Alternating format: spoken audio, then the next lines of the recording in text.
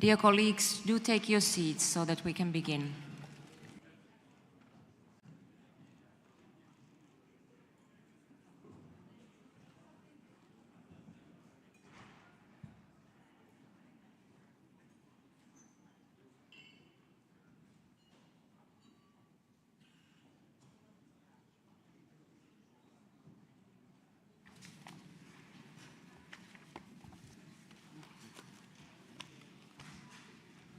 Dear colleagues, I call to order. Please take your seats. And please note also that this meeting is being recorded and is being broadcast on the OSCE's social media platforms and website. A draft agenda for this meeting has been distributed. Are there any objections? The agenda is adopted. The item number 2. Address by Ambassador Jouni Laaksonen, head of the Finnish OSCE 2025 Chairpersonship Task Force. We are fortunate today to be joined by the head of the Finnish OSCE 2025 Championship Task Force, Ambassador Jouni Laaksonen. Ambassador, you have the floor. Thank you, Madam President. President Kauma, Excellencies, ladies and gentlemen. On behalf of the Chairperson in Office and Foreign Minister Elina Valtonen, I would like to thank the OSCE Parliamentary Assembly for the invitation to address the annual meeting here in Porto. Minister Valtonen regrets that she is not able to give this statement personally due to conflicting schedules. Instead, she asked me, as the head of the OSCE Chairpersonship Task Force, to deliver it, and I'm very privileged to do it. As we are under time pressure, I shall read an abridged version. The full statement will be circulated in writing afterwards. As chair of the OSCE, Finland works under 3 guiding principles: respecting the OSCE principles and commitments, responding to challenges we are facing, and at the same time preparing for the future. Supporting Ukraine's territorial integrity, sovereignty, and independence is at the heart of our chairpersonship. Times are difficult in the OSCE, but we are content with what we have been able to achieve as chair so far. We have systematically been vocal on the need to respect the principles. This goes for everything we do this year, across all 3 dimensions of security. We have firmly supported Ukraine and continue to do so. Minister Valtonen's first visit as chair was to Ukraine in early January. Since then, we have kept Ukrainian priorities high on the OSCE agenda by emphasizing Russia's accountability, by advocating for release of civilian prisoners, and for return of the deported children. Support to Ukraine is and remains to be at the focus of all our activities and events this year. We have created space to discuss how to defend and promote our fundamental freedoms. In the beginning of the year, we organized a conference on addressing anti-Semitism in the OSCE region. The conference provided a platform for governments as well as civil society to review their experience in addressing anti-Semitism and promote non-discrimination and interfaith dialogue in our societies. We have also organized 3 supplementary human dimension meetings. We have used these platforms to highlight our priorities, for example, the role of media in conflict and humanitarian crises, focusing heavily on Ukraine and Russia's accountability, and human rights defenders and free civic space and inclusion. In the first dimension, we have continued to promote and advance the active work of the OSCE does, for example, on cybersecurity and countering transnational threats. In the second dimension, we have emphasized the importance of climate security, including by organizing a climate conference. The outcomes of the conference will contribute to a study on the OSCE's role and work related to climate, peace, and security agenda. Cross-dimensionally, we have highlighted the importance of free civic space and enabling environment for civil society actors. Broad participation rights and plurality of voices are part of a resilient society. Working towards gender equality, full inclusion and empowerment of women is at the core of Finland's foreign policy and therefore also at the core of our OSCE chairpersonship. We have worked towards mainstreaming meaningful participation of youth within the OSCE. To mark the importance of this agenda, as well as the 10th anniversary of the UN Security Council resolution on youth, peace and security, we are preparing a chairpersonship youth forum to take place in Helsinki in July, together with young participants from participating states. Here we have also extended an invitation to Ms. Lucia Tatser as the Special Representative on Youth Engagement of the OSCE Parliamentary Assembly. We have also made sure that persons with disabilities get their voices heard. We have, for example, made sure to have persons with disabilities as speakers in our events. We are also preparing a checklist for accessibility, another concrete result of our work this year. Excellencies, even though a lot has been achieved already, our work as chair is far from done. This year marks the 50th anniversary of the Helsinki Final Act. To commemorate it, we are launching the Helsinki Plus 50 initiative. The initiative is composed of 3 parts that reflect the 3 guiding principles of our chairpersonship. Firstly, the Helsinki Plus 50 conference on the 31st July focuses on respecting the OSCE principles and their importance for European security. This landmark event of our chairpersonship will send a loud and clear message for the full respect of OSCE principles and UN Charter, as these are now questions in an unprecedented way. We hope many of you will be able to join the conference, and we also welcome the Assembly's President as a speaker in one of the high-level panel discussions. Secondly, to support the OSCE's operational capacity, Finland will establish a Helsinki Plus 50 fund. The aim of the fund is to enhance the use of voluntary funding for the OSCE to deliver on its mandate based on principles and commitments. Thirdly, we have launched Helsinki Plus 50 discussions on the future of the OSCE, and these discussions will continue during the summer. This effort is not about renegotiating the principles or crafting a new architecture, just on the contrary. This is about seeking ways to make the principles even stronger and the organization more functional as the vanguard of European security. Your Excellencies, ladies and gentlemen, we highly appreciate the work of the Parliamentary Assembly as an important part of the OSCE community. The Assembly's role in supporting and complementing intergovernmental cooperation by monitoring compliance with and implementation of the OSCE principles and commitments and by discussing topical subjects in the OSCE's area is very valuable. As Chair, we would like to thank you, Madam President, personally and the Parliamentary Assembly for the fruitful cooperation we have had so far during our chairpersonship. We look forward to continuing our cooperation also during the second half of the year. And if time permits, I would be happy to take some questions on the spot, and as we are under time pressure, I promise to be short. That is quite easy for a Finn. Thank you. Thank you, Jouni. I will now give the floor to any members who wish to ask questions. Each member will have 1 minute to ask his or her question.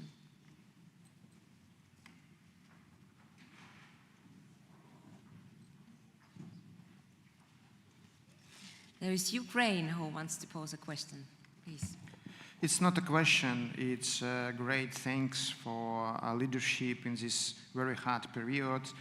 We take part in a meeting about freedom of speech, about media in this fragile period. I have a lot of to do after this meeting. So thanks, and we hope that next meeting will be so effective as Finnish. Thanks. Thank you. Anybody else wanting to take the floor?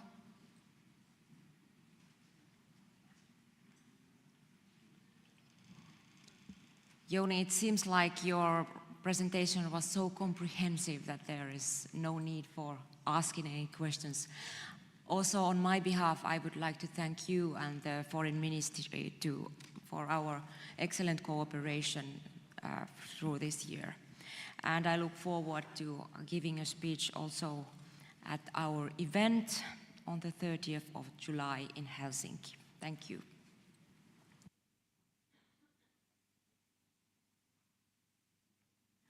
Now, dear colleagues, we move on our agenda to item number 3, which is reports on OSCE PA activities and by ad hoc committees. We will now hear reports from the ad hoc committees on countering terrorism, ad hoc committee on migration, and the parliamentary support team for Ukraine. I first give the floor to Mr. Kamil Aydin from Turkey on behalf of the Committee on Countering Terrorism. You have the floor. Dear Madam President, dear Secretary General, and distinguished colleagues, it's an honor to present the 23rd report of the ad hoc Committee on Countering Terrorism, which I have had the privilege of chairing since 2024. Throughout this past year, I remained committed to building on the foundation laid in 2024 when the committee initiated a timely focus on the implications of artificial intelligence in the counter-terrorism domain.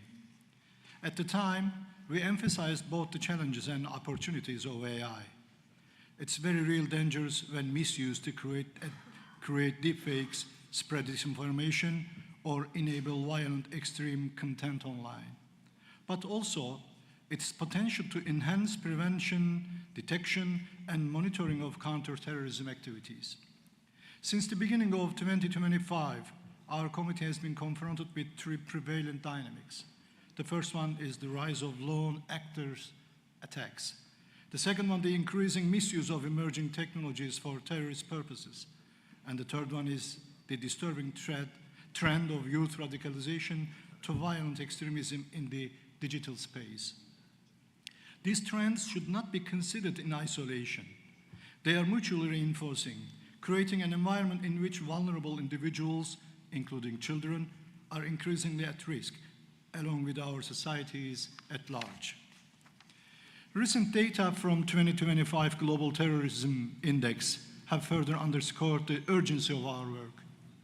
93% of all terrorism-related deaths in the West are caused by lone actors, whose attacks are 3 times more likely to succeed than those carried out by groups, precisely because they are more difficult to detect and prevent. In parallel, the time frame within which radicalization occurs has drastically shortened. If I took 16 months for an individual to self-radicalism after being exposed to harmful content in 2002, today it can just be a matter of weeks. The spaces where radicalization unfolds are many, such as social media, online gaming platforms, encrypted messaging applications, fringe forums, and the dark web, and all easily accessible to the youngest generations. Indeed, across several OSCE participating states, from Austria to France, and from Germany to the United Kingdom, authorities have thwarted youth-planned terrorist attacks, uncovered networks of underage ISIS aspirants, and documented on the online mobilization of minors into extremist circles. Technological advances have further intensified these risks, removing the need for physical contact and enabling extremist content to reach youth directly and persistently. Accordingly, radicalization of minors poses not only an immediate security threat, but also a deep societal challenge, undermining cohesion, fueling polarization, and creating a transgenerational danger that requires urgent, preventive action. To complicate things further, attacks carried out without a clear motivation are actually on the rise. This brings me to another troubling development that our committee has been confronted with this year: the rise of nihilistic violent extremism. Unlike other forms of radicalization, this phenomenon lacks a clear ideological foundation. Instead, it's rooted in rage, alienation, and the rejection of societal norms. What makes it particularly alarming is that violence becomes an end in itself. Dear colleagues, acknowledging the need for staying ahead of these fast-evolving trends, our committee has prioritized a series of timely discussions and strategic engagements throughout the past 6 months. During our 28th official meeting on the sidelines of the OSCE winter session, we held a thematic discussion on the role of education and digital literacy in preventing terrorism and violent extremism. The exchange with experts made it clear that countering youth radicalization in today's digital environment requires more than censorship or content removal. It demands a forward-looking, education-based strategy at the local, national, and international levels. Boosting media literacy and critical thinking must be at the core of our prevention efforts. A whole-of-society approach is necessary, with governments, civil society, educators, parents, and representatives of local communities coming together. Education, media, and information literacy must be embedded not only in formal school curricula, but also in community and family-based initiatives. Moreover, effective public-private partnership, particularly with companies developing algorithms and managing social media platforms, are key to tackling both the root causes and the evolving manifestations of online radicalization. To further deepen our understanding of these dynamics, I led an official visit to the United States from 18 to 22 May. Our delegation met with members of Congress, government officials, law enforcement and intelligence agencies, and leading experts in counter-terrorism. The visit provided crucial insights into the ways online platforms are being weaponized to target and radicalize teenagers. It also exposed us to further perspectives on nihilistic violent extremism, which represents a dangerous evolution in extremist behavior. I would like to express sincere gratitude to Representative Mark Weezy, Vice Chair of the CCT, and his team, together with the entire US delegation to the OSCE, for their exceptional efforts in organizing this insightful visit and their warm hospitality. On 21st of May, we had the opportunity to engage in high-level exchanges at the United Nations headquarters in New York, further consolidating our partnership with the United Nations Office of Counterterrorism and the Executive Directorate of the Society Council's Counterterrorism Committee. Under-Secretary General Vladimir Voronkov commended the OSCE's efforts in this domain, noting that they have set a very high standard for other regional parliamentary assemblies to meet. Such a recognition motivated us to continue leading by example. The renewal of our cooperation agreement with the UNOC for another 5 years stands as a tangible sign of this privileged partnership with the United Nations. Moreover, during the Interparliamentary Conference on the Fight Against Organized Crime held in Rome, Italy, on June the 6th, 2025, our committee organized a panel debate on youth radicalization to violent extremism. Together with 80 legislators from across our region, we explored the growing links between organized crime, the misuse of emerging technologies, and the rise in youth self-radicalization. A key takeaway from the discussion was that terrorism can no longer be viewed in isolation. It is increasingly fluid, fast-evolving, and enabled by the same digital tools exploited by criminal networks. This is particularly evident in areas such as financing, including the widespread use of cryptocurrencies and blockchain technologies, and recruitment, which now occurs across social media, gaming platforms, and fringe online forums. I would like to express my sincere gratitude to our Special Representative on Combating Organized Crime, Honorable Eugenio Zolfili, for his leadership in organizing a timely conference. I also welcome his proposal to establish a dedicated forum on legality within our Assembly, a space where members can regularly engage, exchange lessons learned, and develop joint approaches to promote the rule of law and fight serious crimes. Building on these deliberations, on the 17th of June, the CCT addressed the OSCE Security Committee, the equivalent body of our General Committee on Political and Military Affairs, on the topic media and information literacy and youth engagement to prevent and counter online radicalization to violence. This proved a valuable opportunity to foster a common understanding of emerging threats with our governmental counterparts, while enhancing our collaborating with the OSCE executive structures. On June the 24th, our committee shared its experience at the 7th meeting of the Coordination Mechanism of Parliamentary Assemblies on Countering Terrorism, which continues to serve as a privileged platform for legislators to exchange trends and lessons learned with peers from around the globe. I am pleased to report that our 2-year presidency of mechanism, which concluded in December 2024, has had a lasting impact, positively shaping both the working approach and the professional atmosphere of this important forum. Finally, on June the 13th, we convened the committee's 21st official CCT meeting here in Porto. Besides taking stock of recent achievements, during the session we explored local trends with a senior representative of Portugal's National Intelligence Services.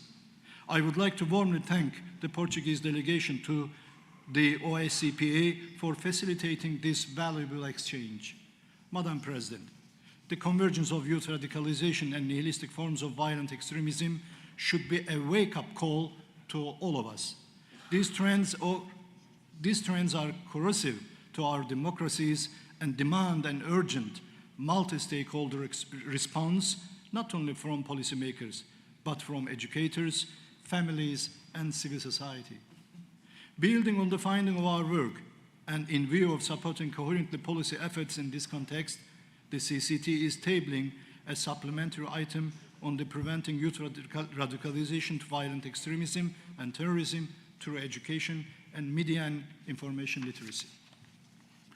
This timely resolution calls on participating states to embed digital literacy, critical thinking and civic education into national school programs, to equip parents, teachers, and community leaders with the skills required to support the psychosociological development of our youth, to duly monitor new technologies, starting from AI, and ensure their ethical development and utilization, and to better prevent algorithmic bias and misuse for violent extremists' purposes, always in full respect of fundamental freedoms.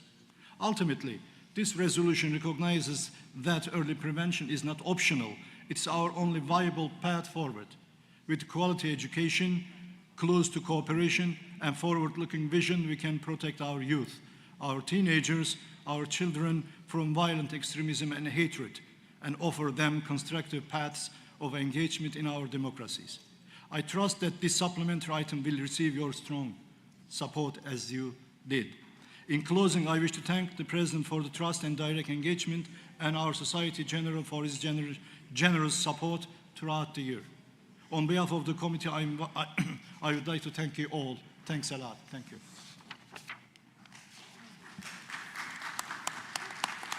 Thank you, Camille. That was a very comprehensive and good report. I next give the floor to Vice President Kyriakos Hadiani from Cyprus on behalf of the Migration Committee. Kyriakos, you have the floor. Thank you, Madam President. Dear colleagues, thank you for allowing me to report on behalf of the Ad Hoc Committee on Migration in my capacity as Vice Chair. I would first like to acknowledge for the record the excellent work of Daniela de Ritter as Chair of this committee. I also want to thank you, Madam President, because of your support and participation of many of the committee's activities. I would also like to acknowledge for the excellent work and professionality on Farimat Daftari as the responsible expert of the Secretariat. Last March, a 12-member delegation of the committee carried out a field visit to Spain to learn more about its migration policies and how it has been addressing a surge in irregular migration along the West Africa-Atlantic route to the Canary Islands. We met with a broad range of interlocutors in Madrid and Las Palmas, the Gran Canaria, with the aim to identify best practices and to assess areas where further support is needed. We also had the opportunity to visit 3 migrant reception centers. I would like to extend our appreciation to all members of the Spanish delegation and the staff of the Spanish Parliament for putting together an excellent program. I encourage you to take a look at the report on the visit, which has been shared with you. During our meeting in Porto yesterday, the committee acknowledged the different viewpoints of its members with regard to migration policies. However, I can safely report that we are united by our determination to combat migrant smuggling and to protect vulnerable migrants, such as women and children, from the risk of trafficking in human beings and other forms of exploitation and abuse. We look forward to continue cooperation with the OSCE Special Representative and Coordinator for Combating Trafficking in Human Beings, Dr. Karin Johnston, who addressed our committee yesterday. The committee also discussed a number of other topics which it would like to address in the upcoming months. With implementation of the EU Migration Pact due to the start in 2026, there is great interest to learn more about its potential impact. Another topic suggested was to look at the positive contribution of migrants in host countries, such as in the labor market. The situation in Ukrainian refugees also remains high on the agenda, and the committee agreed to explore and join initiative with the Parliamentary Support Team for Ukraine. A number of committee members underlined the importance of addressing migration management in the OSCE region as a whole, and not only in Europe. The committee would therefore welcome additional members from North America and Central Asia. A number of suggestions were also made for field visit to countries of origin of refugees and migrants beyond the OSCE region, for example, Syria and Lebanon. Field visits are popular as they provide a unique opportunity to learn firsthand about challenges on the ground. Since its establishment in 2016, the committee has carried out nearly 20 such missions to OSCE participating states and one to an OSCE partner for cooperation, Morocco. We rely to a large extent on the host parliaments, not only to secure high-level meetings, but also to cover a large share of the cost. I hope that with the assistance of the International Secretariat, we will be able to put together an ambitious and at the same time realistic work plan within the budget limits, together with the new chair of the committee to be appointed by the new president of the OSCE Parliamentary Assembly. Thank you for your attention, and thanks all of you for your contribution to this ad hoc committee of migration. Thank you very much.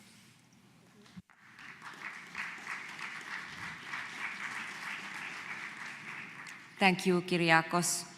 I am pleased now to have the opportunity to update you on the work of the OSCE Parliamentary Assembly's Parliamentary Support Team for Ukraine, our principal tool in addressing the war of aggression against Ukraine.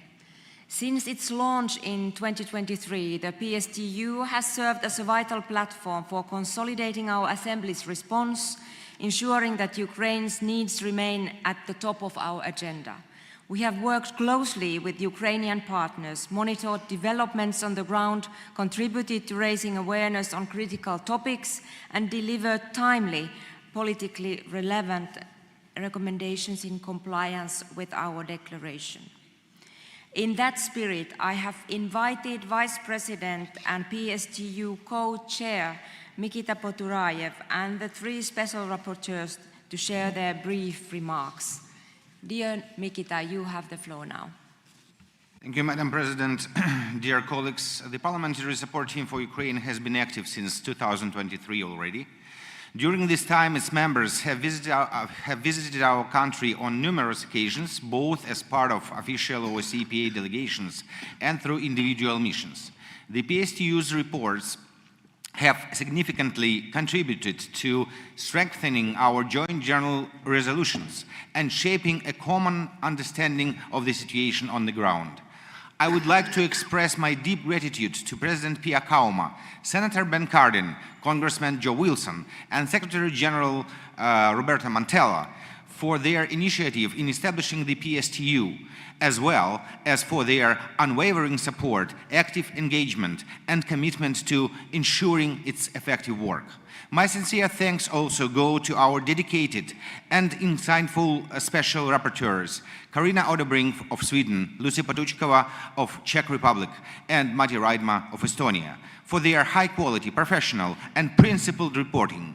We truly hope that they will be able to continue their important mission, keeping the attention of the OSCE PA and all participating states focused on the enormous and complex challenges Ukraine continues to face as a result of Russia's war of aggression against our state and our people. We are confident that under the new OSCE PA leadership, the activities of the PSTU will continue with renewed energy, enhanced visibility, and even greater impact. Thank you.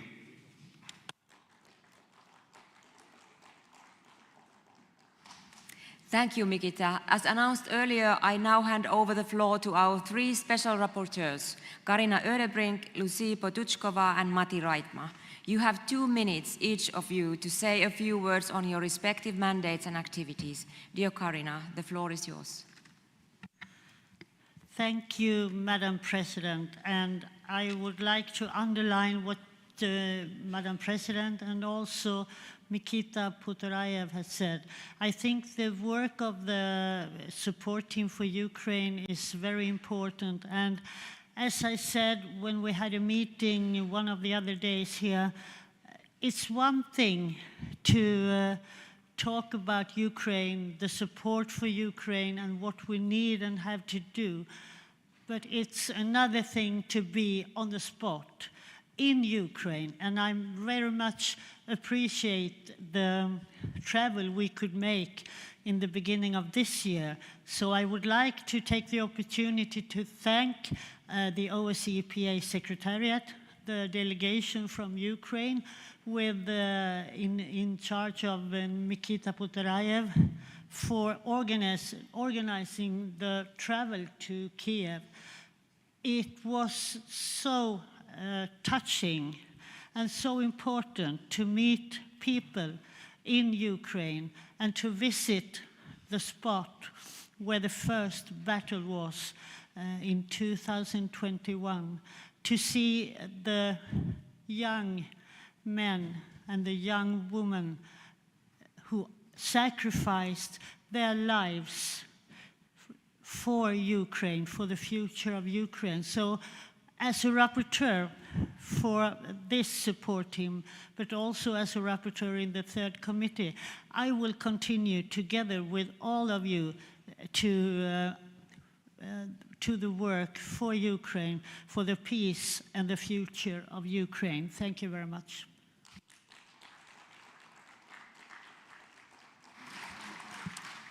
Thank you, Carina. I now invite Lucy to say a few words. Thank you, Madam President. Ladies and gentlemen, dear colleagues, I focused my report on 2 essential pillars, the rule of law and the state of democracy in Ukraine. In preparing it, I spoke with civil society organizations, journalists, and representatives from across the political spectrum. My aim was simple: to be as objective and balanced as possible, even when the truths were complex. In Ukraine, democracy is not theoretical. It is a daily act of courage, sustained under fire, in blackouts, and through trauma. That alone deserves our deepest respect. But respect must come with responsibility. Ukraine's progress, from revitalizing anti-corruption bodies to enacting reforms under martial law, is extraordinary. Its judiciary is opening up. Civil society is alive. Transparency laws are being implemented. These are not symbolic efforts. They are deliberate acts of nation building amid destruction. Still, solidarity doesn't mean silence. Ukraine's path is impressive, but unfinished. Concerns remain. Media environment is facing more constraints. Judicial accountability is uneven, and political restrictions risk undermining pluralism.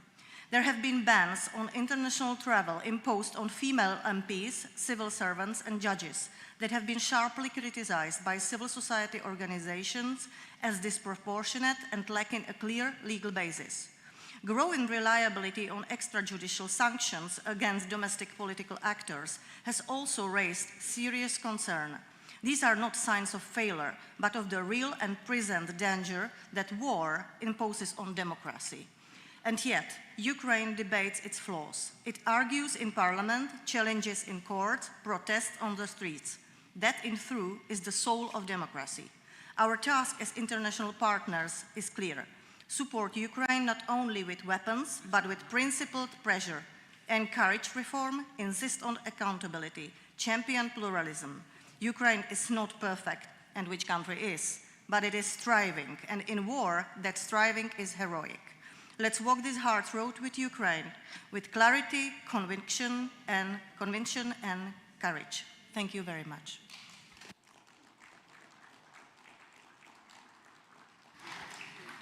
Thank you, Lucy. And finally, let me ask Matti to also brief us on his activities as PSTU Special Rapporteurs. Matti, the floor is yours. Thank you, Madam President. Dear colleagues, my mandate has 4 focus areas: societal aspects of resilience, critical infrastructure, war veterans, and new generations.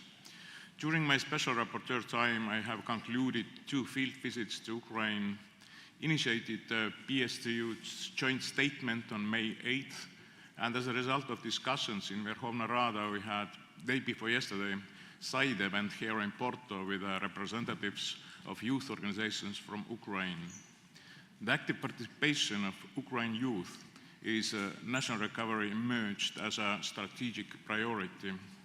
I'm pleased to inform you that the Ukraine city of Lviv is the European Youth Capital 2025. Discussions in Kiev with the various Ukrainian government bodies and as well as UN agencies and civil society organizations provided valuable insight. Ukraine is progressively developing innovative resilience mechanisms.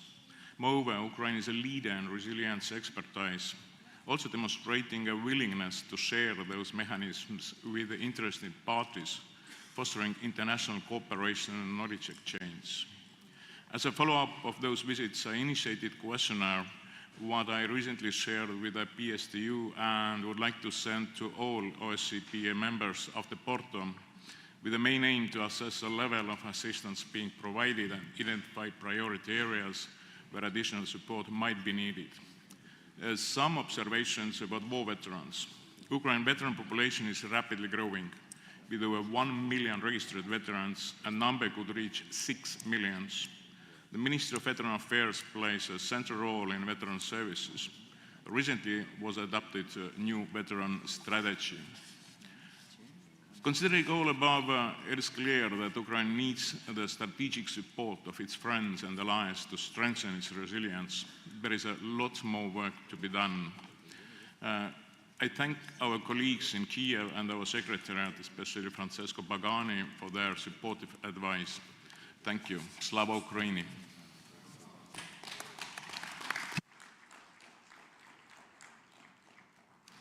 Thank you, Matti. Before we close, allow me to extend my sincere appreciation to all members of the Parliamentary Support Team for Ukraine. Your diligent work, insight and unwavering commitment have been instrumental in shaping the Assembly's policy on Ukraine and in upholding international rule-based order. Thank you all for your continued support. And dear colleagues, we now move on to item number 4, continuation of the open general debate.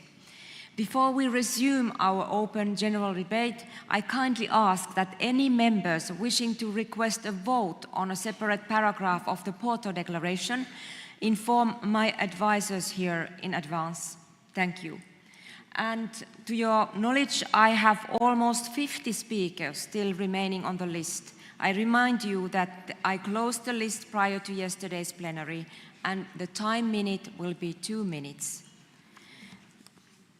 The debate will be opened by Mr. Ruslanas Baranovas from Lithuania, and he will be followed by Ms. Siv Muslet from Norway.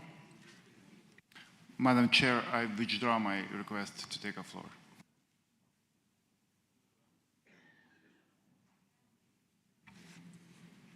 Ms. Siv Muslet, you have the floor. Thank you, Madam President. A big thank you to the delegation of Portugal for hosting the annual session here in the beautiful city of Porto. For me, 50 years after the Helsinki Final Act, respect for borders and defending democracy is the top priority. Democracy is about elections and about values. It's about human dignity, freedom, and the rule of law. These are the foundation of real security. It's war also in Europe, and Ukraine tops Norway's foreign policy agendas. This year alone, we will contribute at least 7.3 billion euros, around 85% of which will be military aid. On the military front, we are prioritizing the purchase of air defense systems, artillery ammunition, and drones. We are also enhancing Ukraine's maritime capabilities. Kongsberg Defense, the producer of NASAMS, is in Kyiv. I dearly hope this will increase production of vital air defense systems. In the energy sector, we are working to secure power supply. Innovation Norway also opened an office in Kyiv recently. This will help investment and trade. Our Crown Prince visited to Ukraine in May, also underscores our commitment and solidarity with Ukraine. A just peace in Ukraine is so important for Ukraine, for our future, and for our democracy. Finally, we must not forget political prisoners. We should all write to them because we know it helps. I was relieved when I heard of the release of Sergei Tikhanovsky. At the same time, we must call for the immediate release of political prisoners in Belarus and Russia. Thank you. Thank you, Siv. The next speaker will be Mr. Selami Altinok from Turkey, followed by Mr. Sargis Kandanian from Armenia.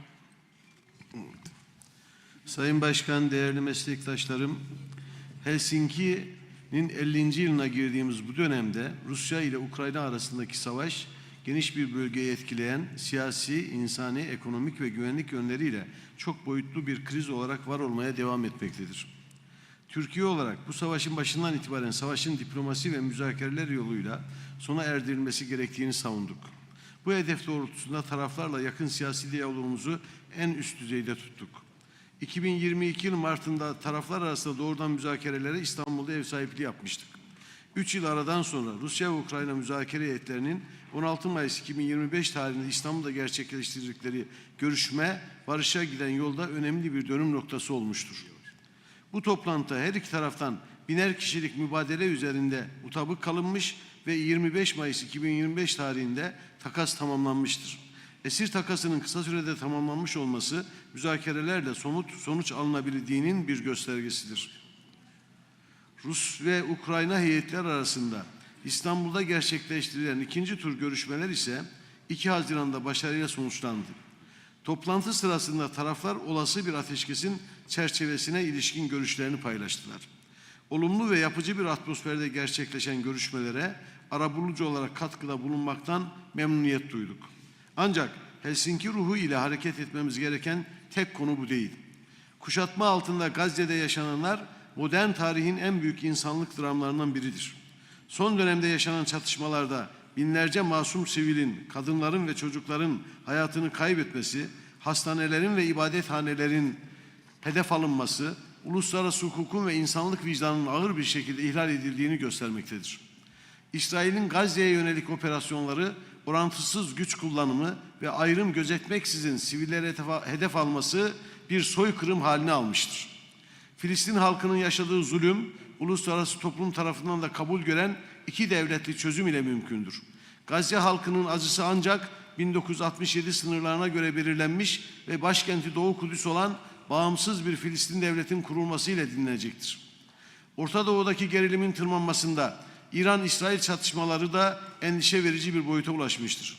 Ancak bu çatışmaların kökenine indiğimizde İsrail'in bölgedeki yayılmacı politikalarının ve uluslararası hukuku hiçe sayan eylemlerinin büyük bir payı olduğunu görmezden gelemeyiz. Unutmayalım ki Helsinki Nihai Senedi'nin temel ilkelerinden biri tüm devletlerin egemen eşitliği ve toprak bütünlüğüne saygıdır. İsrail'in cezasızlık algısı ile bu ilkelere uymadığı açıkça ortadadır. Teşekkür ediyorum.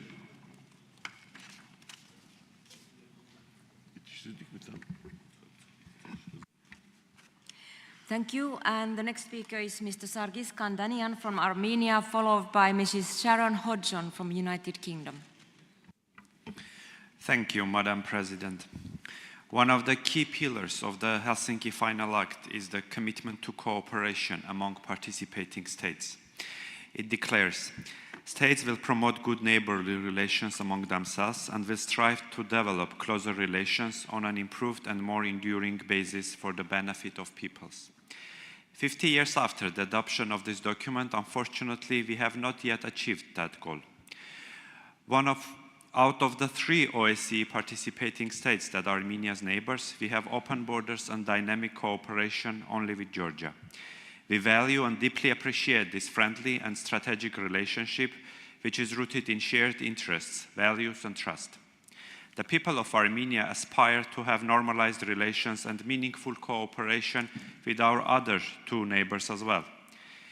Peace between Armenia and Azerbaijan is not a distant hope, but within reach. Our 2 countries have agreed on the text of the peace agreement, and Armenia is ready to sign it immediately. We cannot afford to wait. We must act swiftly in the spirit of the Helsinki Final Act and for the benefit of our peoples. The people of Armenia also want to see normalized relations with Turkey and an open border. I believe that the leadership of both countries have made significant progress in this regard. We now have an active political dialogue. The historic visit of the Prime Minister of Armenia to Istanbul and the meeting with the President of Turkey was a step toward building trust and bringing that long-awaiting moment of normalization closer. Here too, there is no time to lose and, crucially, no obstacles to overcome. We all know that it is not only the people of our region who would benefit from open borders, functioning transportation links, and economic cooperation. The entire OSCE region would stand to gain. A peaceful and connected South Caucasus, the crossroads of peace, can serve as a vital bridge linking Central Asia to Europe and beyond. Thank you. Thank you, Sargis. And I would like to remind you all that voting closes very soon at 10:30, so you still have a few minutes to go to vote. The next speaker is Mrs. Sharon Hodgson from United Kingdom, followed by Senator Margaret Murphy O'Mahony from Ireland. Madam President, as we look forward to the commemoration of the 50th anniversary of the Helsinki Final Act, it is worth reminding ourselves of the continued relevance of those first principles. that were agreed 50 years ago, a set of principles for international relations, including sovereignty, refraining from the use of force, and the inviolability of borders. Those cherished principles should remain at the heart of our efforts to promote peace and security in the current unstable world. Sadly, these principles have been flagrantly violated by the Russian Federation as it continues to pursue its illegal war in Ukraine, now in its 4th year. The OSCE has been constant in its condemnation of the Russian aggression and in its calls for peace in the Middle East. And as we move into the next 50 years of the OSCE, I can assure colleagues as leader of the UK delegation that the new UK government wants to strengthen the role of international organisations. We want to be part of the international dialogue, not step away from it.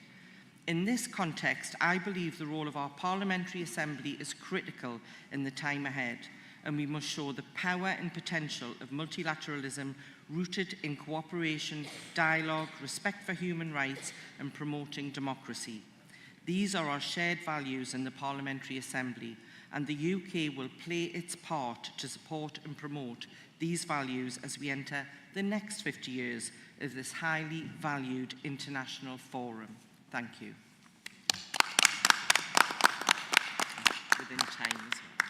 Thank you. And the next speaker is Senator Margaret Murphy O'Mahony from Ireland, followed by Ulrich Thurden from Germany. Thank you. On the 1st of August 1975, which is now only weeks away from 50 years ago to today, Helsinki Final Act of 1975 was signed, as the name suggests, in Helsinki, the capital of Finland. A little trivia fact is that the 1st of August 1975 was a Friday, and the 1st of August 2025 will also be a Friday. Let us take a moment to acknowledge and indeed applaud the founders of the Act and to thank them for all their efforts and their far-seeing abilities. The Act established 10 principles governing relations between participating states, including respect for human rights and fundamental freedom. In 2025, 50 years after the Helsinki Final Act, these 10 principles, including indeed the ones for human rights and fundamental freedoms, are every bit, if not more, prevalent, more relevant, and more essential. Even though a great deal of the founding principles have been fulfilled, unfortunately, the Act's purposes remain somewhat incomplete. The challenges that lay ahead are often rooted in the absence of mutual understanding and mutual dialogue, and the lack of multilateral approaches. We must remember that these are the cornerstones of the Act. We must unite and collectively confront the far more complex security challenges of this present era. The three baskets, as they are called, that the Act is divided into are still very relevant and essential 50 years after Helsinki. Basket 1 focused on security, including principles for state relations and confidence-building measures. Basket 2 addressed economic, scientific, technological, and environmental cooperation. Basket 3 dealt with the humanitarian field and other fields such as human rights, freedom of movement, and cultural exchanges. One could actually be forgiven for thinking and believing that this was signed in 2025 rather than 1975. How far-seeing were the founders? 50 years ago, this Act was founded. I was a very young girl at the time, and believe me, that's not today nor yesterday. 50 years on, though, the cornerstone of this Act are still very necessary and very relevant. I would like to finish by again paying tribute to the founders and to thank them sincerely. Gormahagut. Thank you. And our next speaker is Ulrich Thorden from Germany, followed by Senator Lynn Ruan from Ireland. Sehr geehrte Frau Präsidentin Kaumer, sehr geehrter Generalsekretär Montella, die Schlussakte von Helsinki war ein Meilenstein in der europäischen Nachkriegsgeschichte. Sie war das Ergebnis des unbedingten Willens zum politischen Dialog und der Erkenntnis, dass auch das Gegenüber berechtigte Interessen haben kann. Sie war der Einsicht geschuldet, dass bis an die Zähne bewaffnete Militärbündnisse den Weltfrieden nicht sicherer machen. Vieles von dem muss offenbar erst wiederentdeckt werden, um die aktuellen Gefahren militärischer Konfrontationen zu verringern und verloren gegangenes Vertrauen zurückzugewinnen. Wir alle verurteilen den völkerrechtswidrigen Angriffskrieg Russlands gegen die Ukraine und die unfassbaren Verbrechen an der ukrainischen Zivilbevölkerung. Und natürlich stehen wir solidarisch an der Seite der zu Unrecht angegriffenen Ukraine. Russland hat mit seinem Vorgehen die europäische Sicherheitsordnung tief erschüttert und sich selbst um seinen Platz in Gorbatschows Vision eines gemeinsamen europäischen Hauses gebracht. Doch eines ist ebenfalls klar: Durch den russischen Angriffskrieg wird nicht die Schlussakte von Helsinki nachträglich entwertet. Ihre Notwendigkeit wird vielmehr aufs Neue bekräftigt. Ohne die Rückkehr zu einer regelbasierten internationalen Ordnung gibt es keine Sicherheit für niemanden, auch für Russland nicht. Durch immer wirksamere Massenvernichtungswaffen und Fähigkeiten zur KI-gesteuerten Kriegsführung wird dies gewiss nicht erreicht. Oberste Priorität muss haben, das Sterben und Töten in der Ukraine unverzüglich zu beenden. Deshalb sind die aktuellen Bemühungen für einen Waffenstillstand und substanzielle politische Verhandlungen seit langem überfällig und notwendig. Mit Waffen allein und nur mit der militärischen Karte wird der Konflikt nicht entschieden. Lassen Sie uns doch die prall gefüllte Kriegskasse des Kreml-Herrschers leeren, indem alle fossilen Energieträger aus Russland mit einem Totalembargo belegt werden. Denn solange die russische Schattenflotte ungestört ihr Öl um die Welt schippern kann und selbst einige westliche Länder ihr Erdgas immer noch aus Russland beziehen, lässt sich der Angriffskrieg gegen die Ukraine problemlos weiterfinanzieren. Darüber hinaus müssen wir als Parlamentarische Versammlung auch an die übergeordneten Interessen denken. Der New START-Vertrag zwischen den USA und Russland zur Begrenzung der strategischen Nuklearwaffen muss unbedingt erneuert werden. Die Menschen in der Ukraine brauchen dringend Frieden, genauso wie im Nahen Osten und überall auf der Welt. Die Menschheit als Ganzes kann sich keinen neuen großen Krieg leisten. Und wir sind alle gemeinsam Teil der nur einen menschlichen Zivilisation. Lassen Sie uns den Geist von Helsinki hier und jetzt mit neuem Leben erfüllen. Vielen Dank.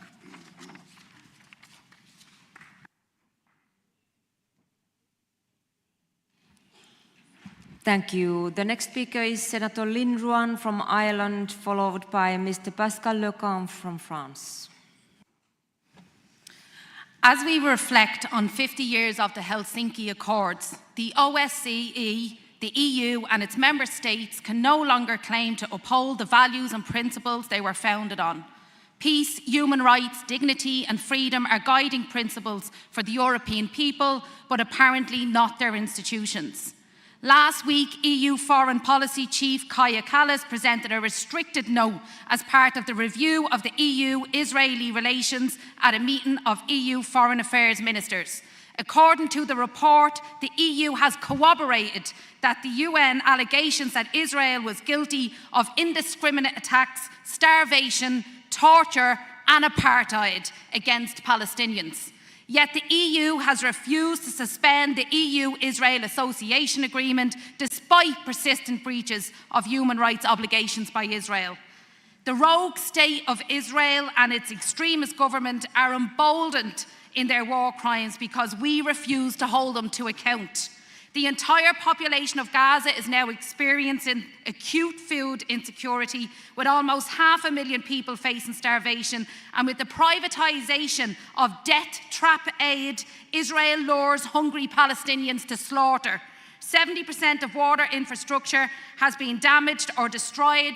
Infectious diseases are spreading rapidly. Palestinian journalists and healthcare workers are being killed indiscriminately, and it's all being live streamed. The West is facilitating an ongoing genocide. The EU are not merely complicit cowards, they're genocide enablers. Ursula von der Leyen is a willing partner in crime, and the EU will have to reckon with itself and the damage it has done for the remainder of its existence. The truth of the Palestinian people will ring louder than every bomb that falls and every weapon that fires, and Palestine will be free with or without you.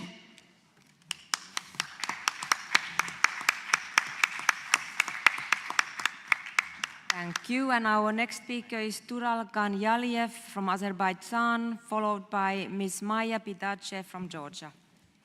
Thank you. Chère Madame la Présidente, chers collègues, le débat d'aujourd'hui offre une occasion opportune de revisiter la mise en œuvre des principes d'Helsinki, d'évaluer les échecs et occasions manquées du passé et d'identifier les moyens de renouveler l'engagement et le dialogue.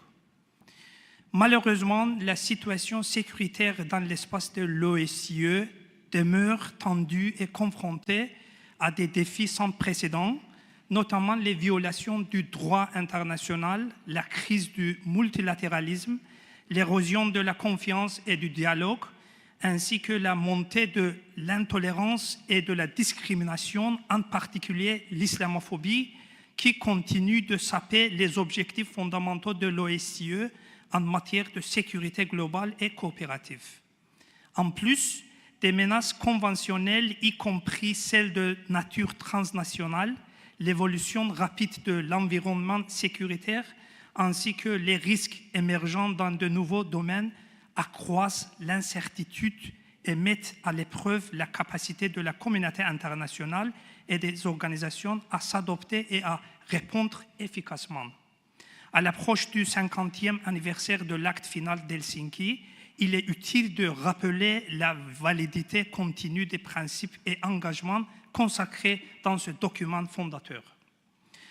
Chère Madame la Présidente, à ce moment critique, il est impératif que tous les États participants réaffirment leur attachement à la philosophie de l'acte final d'Helsinki, qui accorde une égale importance à chacun des 10 principes et exige leur application sans réserve, en tenant compte de leur nature mutuellement renforçante. Ces principes conservent une validité pérenne et ne sauraient faire l'objet de renégociations.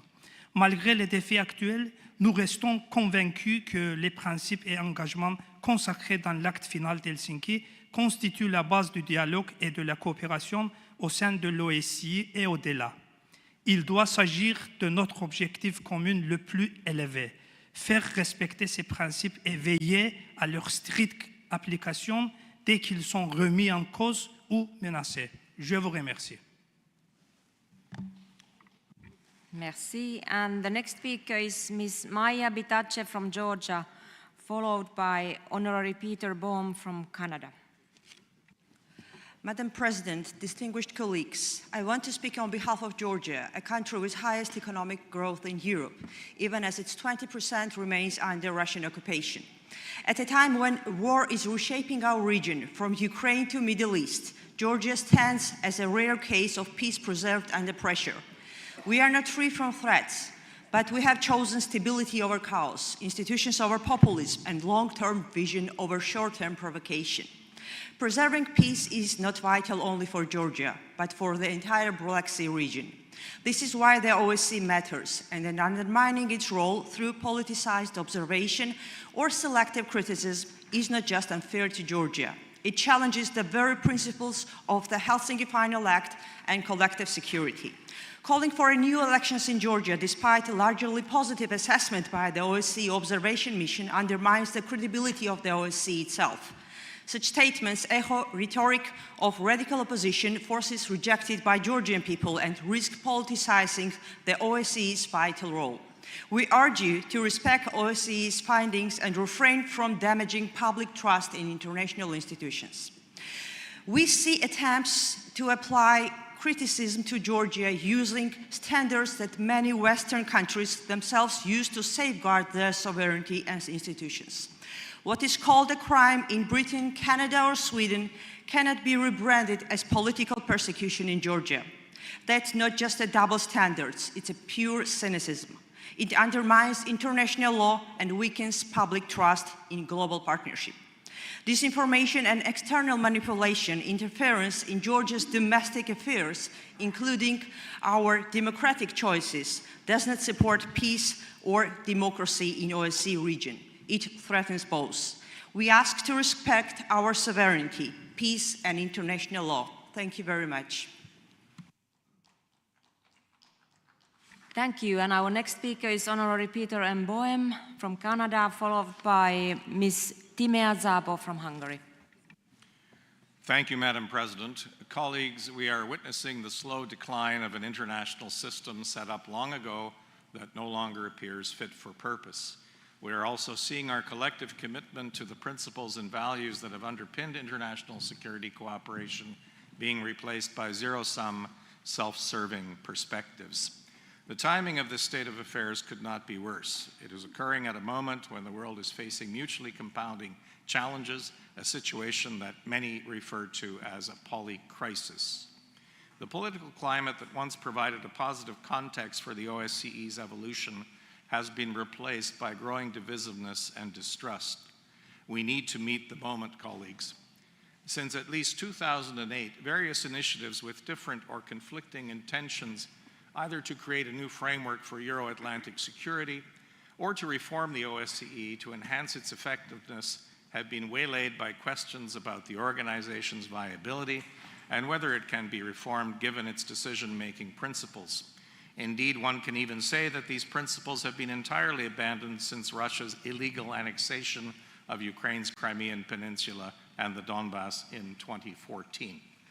Soyons clairs, l'OSCE, l'APOSCE ne sont pas les seules institutions multilatérales axées sur la sécurité qui luttent sous le poids de la polycrise actuelle, des structures et des processus obsolètes et des questions d'illégitimité. On dit souvent qu'une organisation n'est efficace que dans la mesure où ses membres le lui permettent.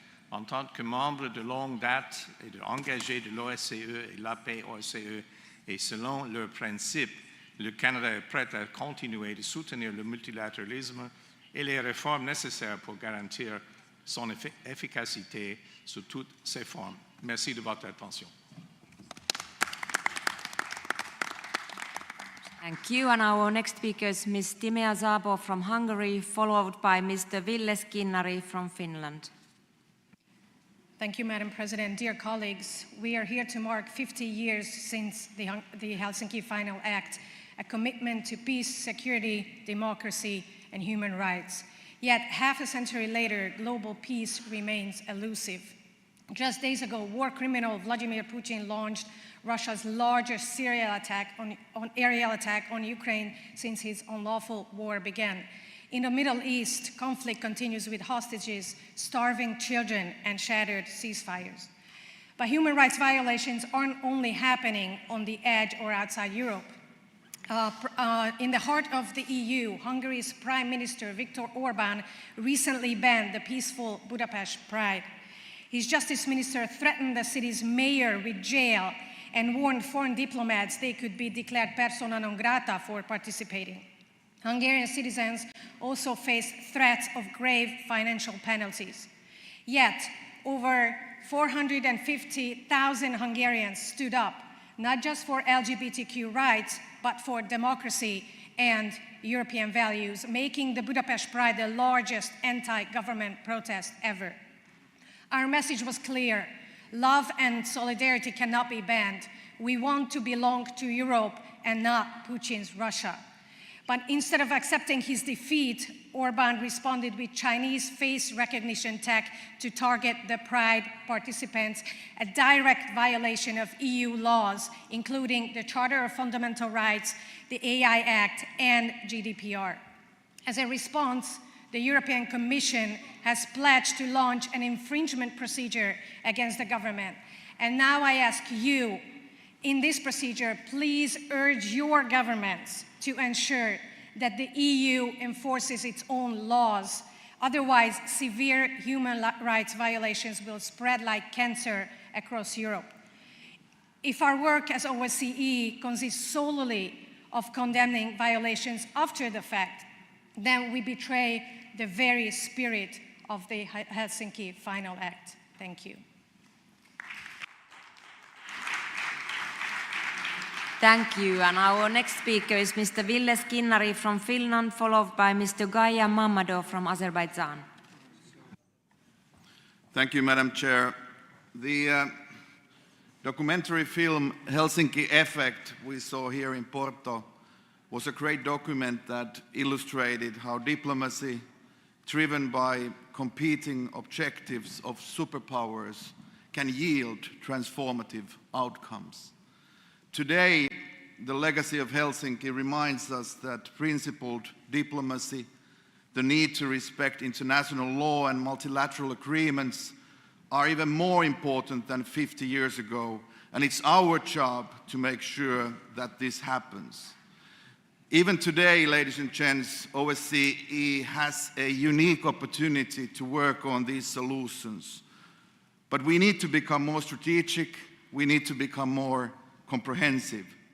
In other words, security is not just percentages or budget allocations. It is not a narrow definition of defense.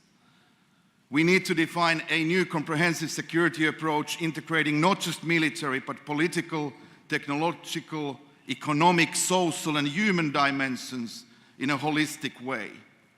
Now we are too often entity-driven, we are too often instrument-driven, building up various new coalitions of willingness or unwillingness, if you like, without the big picture.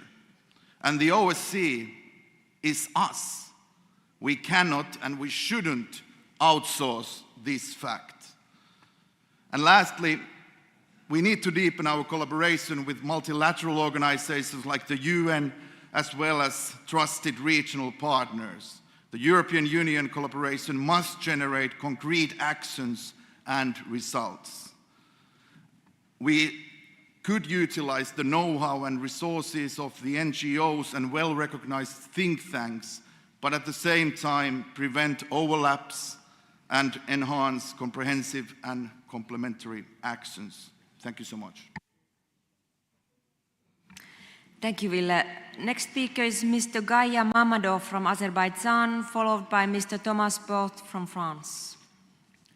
Madam President, the Helsinki Final Act marking its 50th anniversary remains a cornerstone of European security concept. Azerbaijan, positioned at the crossroads of global interests, has been navigating complex security challenges through constructive engagement.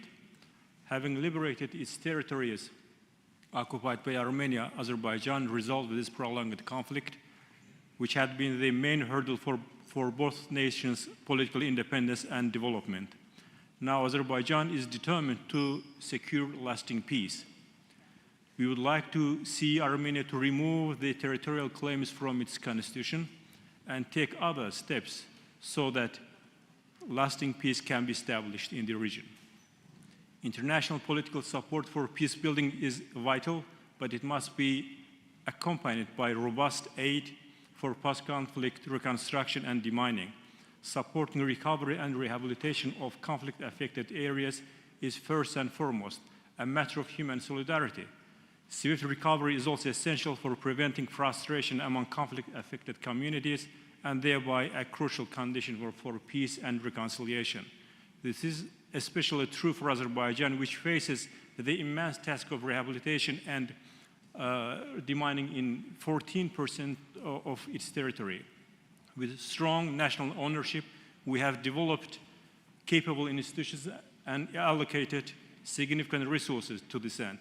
Yet the challenge remains $150 billion, almost twice the size of our current GDP. We highly appreciate the support we receive from nations represented here for our demining and reconstruction efforts. However, much more assistance is needed to match the scale of this challenge.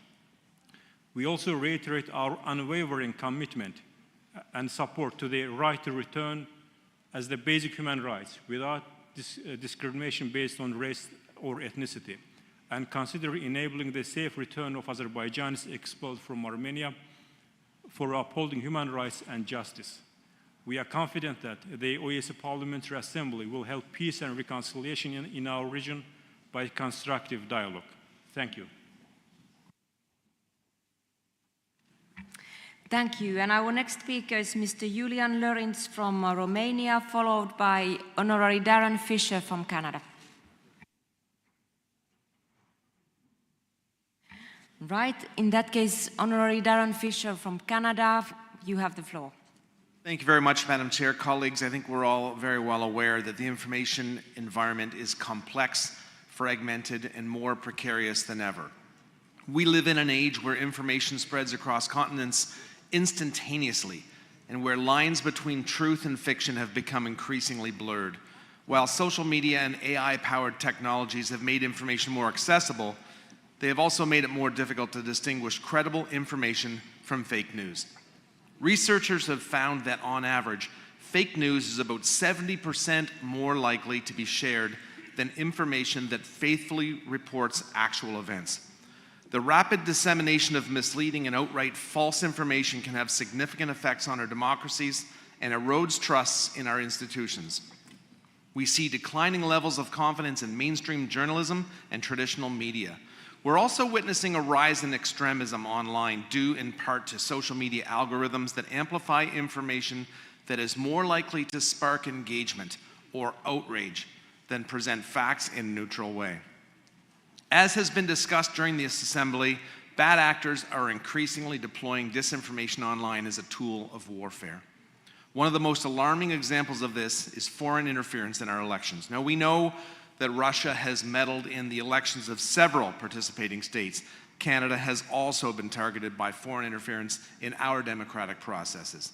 A recently concluded public inquiry into foreign interference in Canada also found evidence of foreign states attempting to interfere with Canadian democratic processes.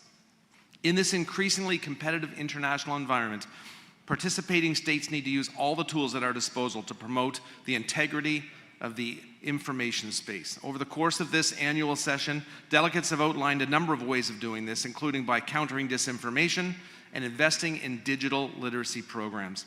I urge participating states to support researchers and investigative journalists who work on the front lines of the information ecosphere to fact-check and provide evidence-based analysis. Today, more than ever, we need to work together to fight the scourge of information manipulation and support truth. Thank you, Madam President. Thank you. And our next speaker is Ms. Özgül Saki from Turkey, followed by Mr. Emanuele Loperfido from Italy.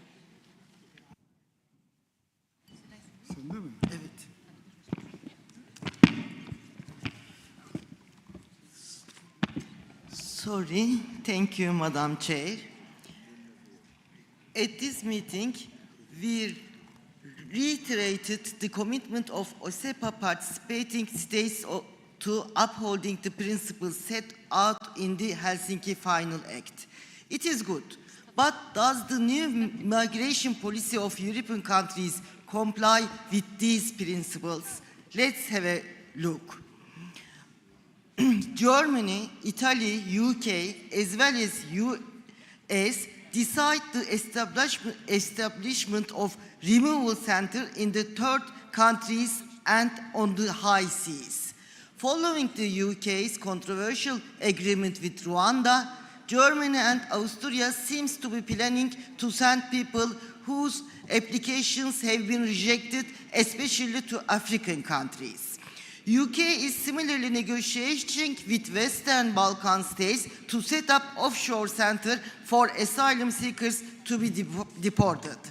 And another problem for migrants and refugees is readmission agreement signed by Turkey and EU. These approaches not only disregard the fundamental rights of migrants, but also undermine universal human rights, values, and principles of solidarity.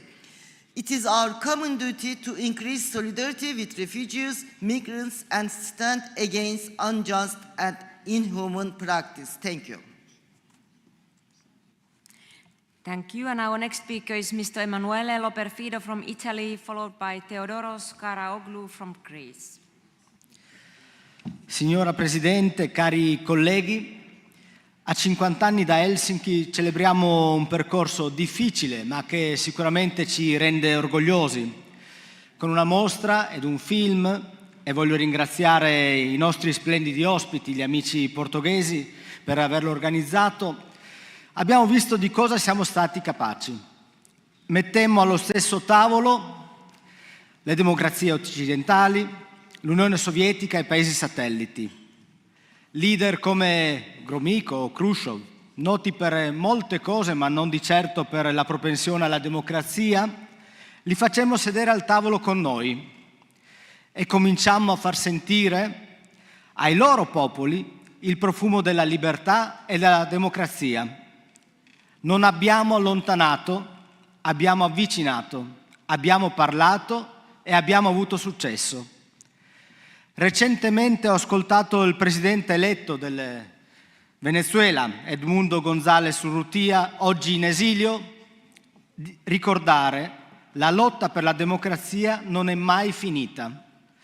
La democrazia non è un punto di partenza e né un punto di arrivo, è un percorso che dobbiamo costruire e difendere ogni giorno e noi, come Assemblea parlamentare dell'OSCE, dobbiamo esserne l'esempio. In questi mesi, in questi anni, ho sentito preoccupanti e crescenti volontà di escludere, di mettere all'angolo, di giudicare risultati elettorali in modo parziale. Questo non rafforza la democrazia, rischia di offuscare l'autorevolezza dell'OSCE e rischia di allontanare anche i cittadini da queste istituzioni internazionali. Stiamo attenti.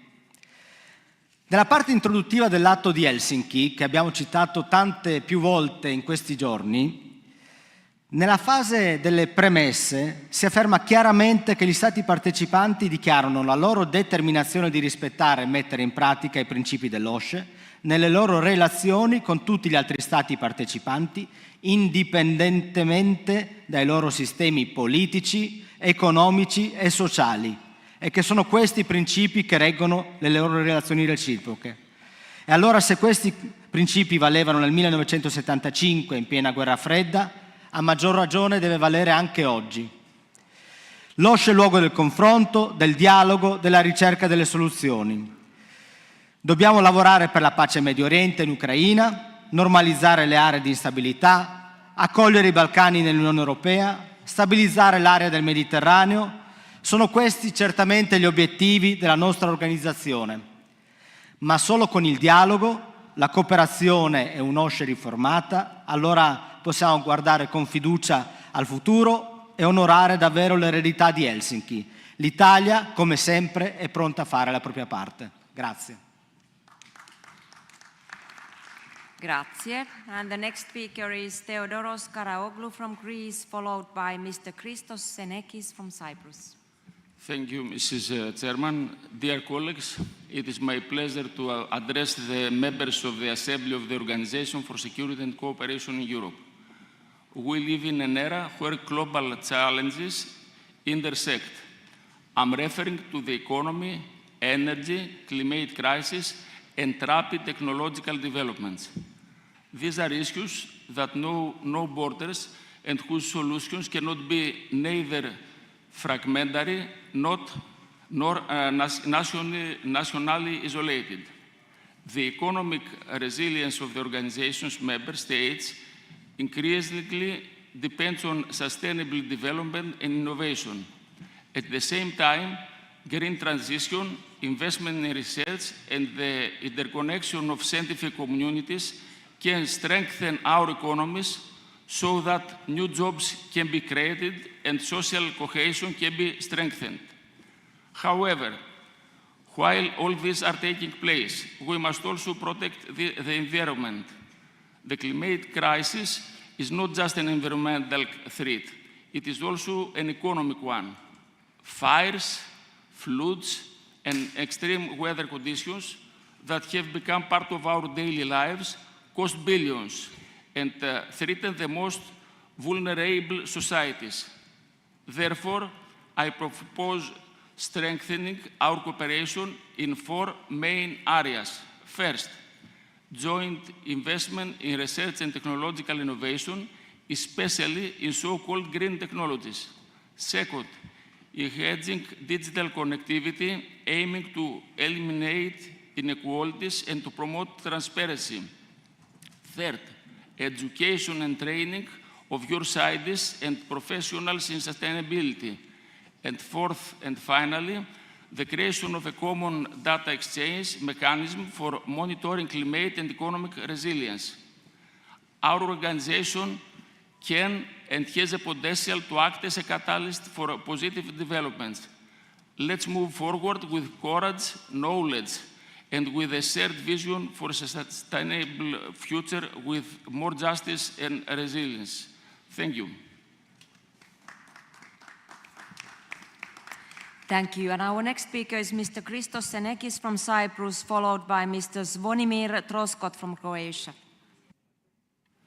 Thank you, Madam President. Dear colleagues, we cannot change geography, but we can and we must manage it. This was the quiet wisdom behind the Helsinki Final Act, signed 50 years ago, an act not of ambition, but of responsibility. It recognized that Europe and Russia will always be neighbors. That proximity, when unmanaged, breeds tension, but when governed by rules and principles, it can lead to coexistence and peace. And that's what the Helsinki Final Act did. It managed to lead to the elimination of the risk of a total disaster from a potential East-West military conflict. 50 years later, we are facing a different threat, which is being framed as a conflict between the North and the South, but in reality is a conflict between the principles enshrined in the Helsinki Final Act and the terrorism of the radicalized Islamism. My country, Cyprus, lives in the heart of a sensitive geography. We are a European country at the doorstep of the Middle East, and we have never tried to escape this reality. We have tried to manage it. When conflict erupted in the region, Cyprus offered its territory as a humanitarian bridge, a safe passage, a safe haven. We have seen thousands evacuated through our ports and airports, and we have called consistently for respect of international humanitarian law, protection of civilians, and unimpeded access to aid. But Cyprus is also a neighbor to Turkey, and here too, geography does not offer alternatives. We believe that good neighborly relations must be based not on force or fait accompli, but on international law, the UN Charter, the UN Security Council resolutions, the UN Convention on the Law of the Sea, and the principles we are gathered here to defend, the Helsinki Final Act. 51 years of Turkish military occupation of Cyprus is not a frozen reality. It's a call to action, a reminder that without rules-based order, without respect for sovereignty and territorial integrity, peace cannot last. And we are ready today, not tomorrow, ready to return to the negotiating table for finding a long-lasting solution, as provided in the only existing negotiating framework, which are the relevant UN Security Council resolutions and in full compliance with European and international law. Thank you so much. Thank you. And our next speaker is Mr. Zvonimir Troskot from Croatia, followed by Mr. Artur Gerasimov from Ukraine.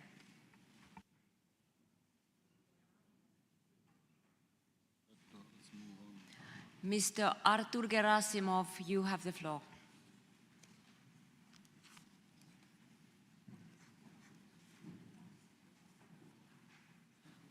Dear Madam President, dear colleagues, on behalf of all Ukrainian delegation, on behalf of Ukrainian Parliament, on behalf of Ukrainian people, let me say thank you for all rapporteurs of all three committees for their reports, which really showed objectively situation in Ukraine. Tobias Winkler, Karina Odebrink, Paola Cardozo, thank you very much. Also, I want to say thank you for the authors of all supplementary items who mentioned Ukraine, who supported Ukraine, and who really underlined how serious this situation is, not only for Ukraine, but for the whole OSCE region. Thank you.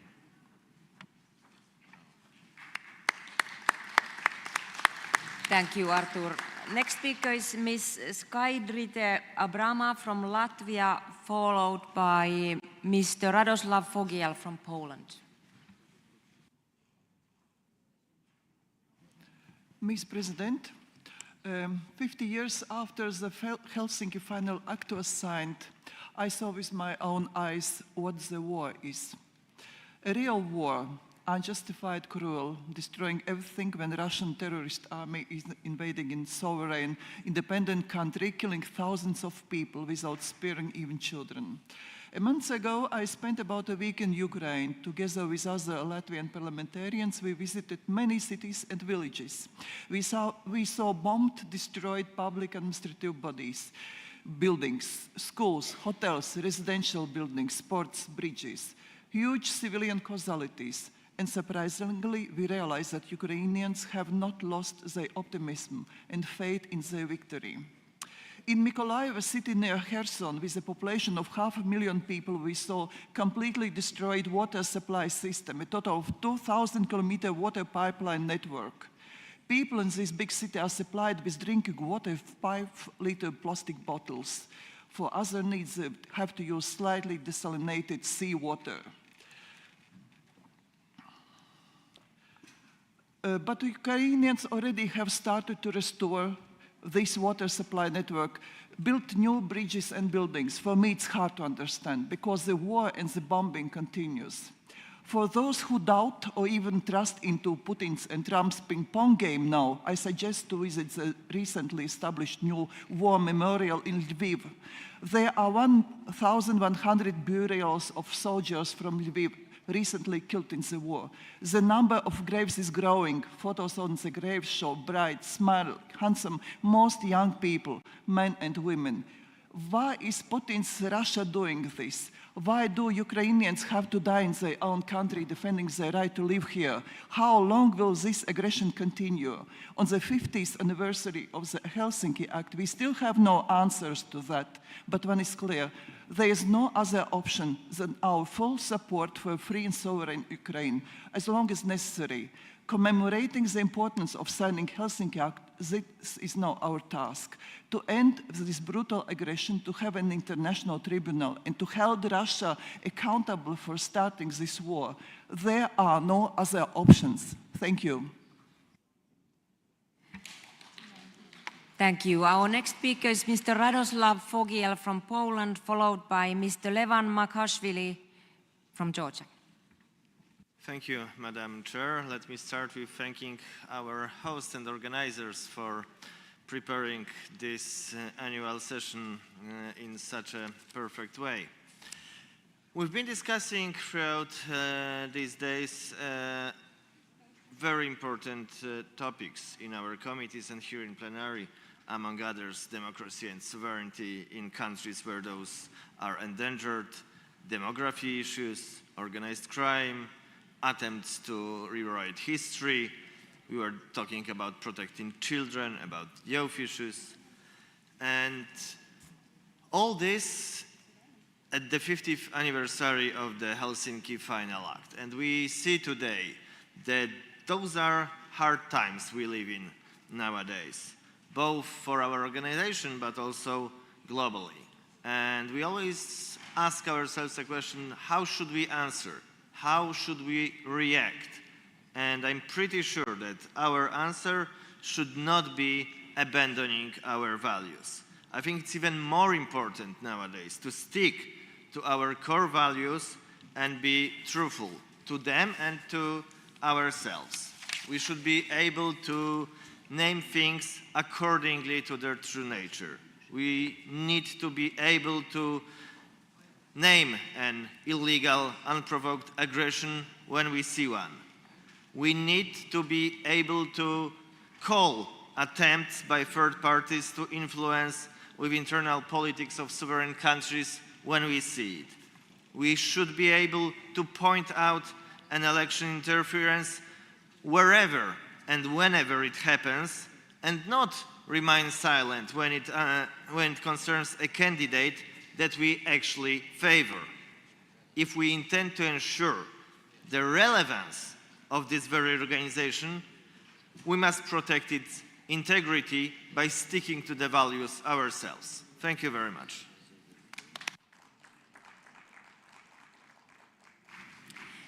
Thank you. And our next speaker is Mr. Levan Makashvili from Georgia, followed by Ms. Maria Karapetian from Armenia.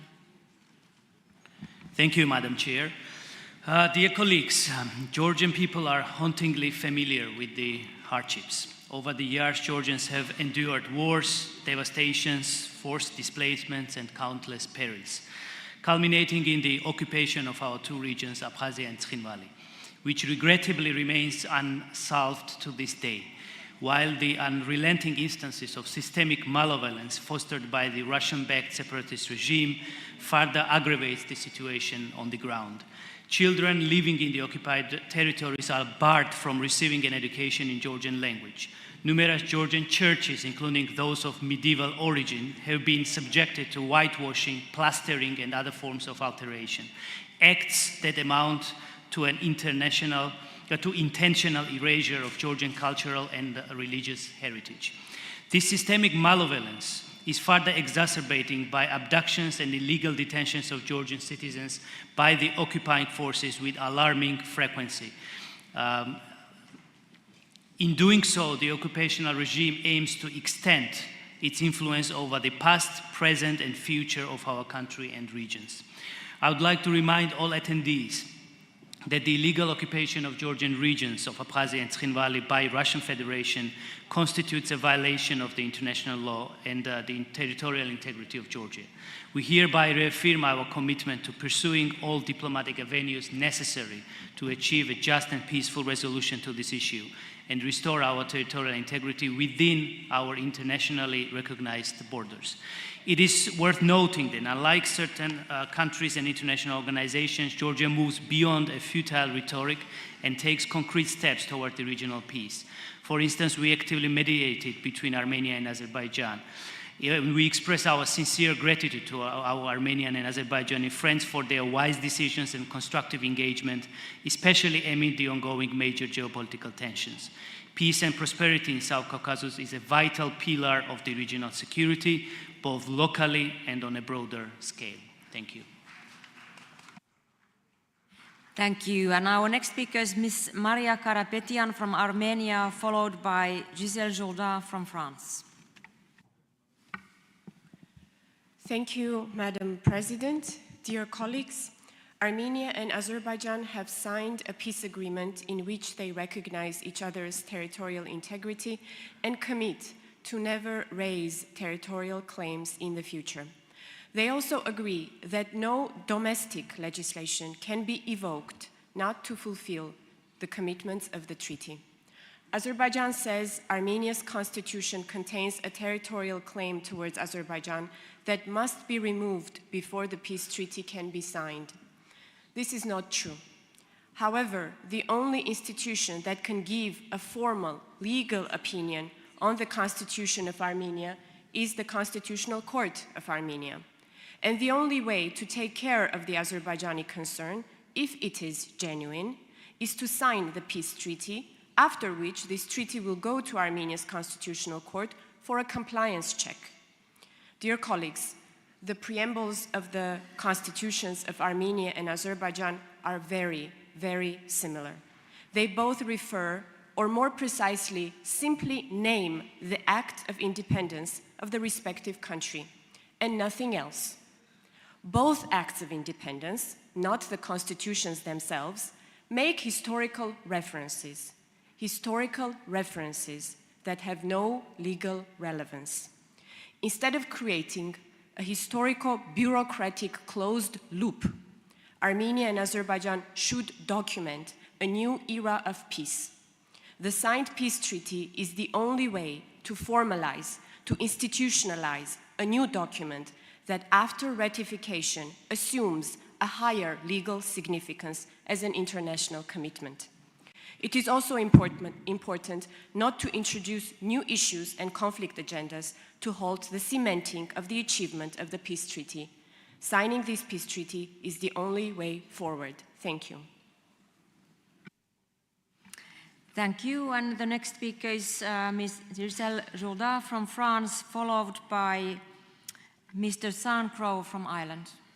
Merci beaucoup, Madame la Présidente. Mes chers collègues, alors que nous commémorons l'anniversaire de la création de l'OSCE, acte fondateur marquant un tournant décisif dans la quête d'une sécurité et d'une coopération durable en Europe, nous devons également nous tourner vers l'avenir, relever les défis contemporains qui menacent grandement la stabilité et la sécurité de notre continent. L'un de ces défis majeurs est la nécessité de renforcer notre défense commune européenne. L'Europe est confrontée à des menaces croissantes et diversifiées. Le monde est en proie à des tensions, à des conflits où la guerre l'emporte sur la paix, où le droit international s'est effacé au profit de la résolution des différends nationaux par la force des armes. Il faut défendre le droit international, mais pour cela, il faut inspirer le respect et en quelque sorte, si j'ose le dire, montrer les muscles. Jusque-là, nous sommes toutes et tous d'accord. Mais il faut que nous allions plus vite pour nous réarmer. Nous sommes aujourd'hui trop lents. Il est véritablement temps de construire la fameuse Europe puissance dont on parle tant, mais qu'on ne le voit guère venir. Le programme européen pour l'industrie de la défense, EDIP, présenté en mars 2024, marque un premier pas. Chers collègues, nous devons veiller à ce que chaque euro dépensé en Europe serve la sécurité des Européens. Je me réjouis que nous ayons enfin réussi à instaurer une préférence européenne dans nos programmes d'armement, ce qui permet à une véritable collaboration de se développer entre une vaste majorité des pays membres de l'OSCE. Il nous faut maintenant nous attaquer concrètement au problème de la fragmentation de nos industries, veiller à ce que nos différents instruments financiers s'articulent ensemble.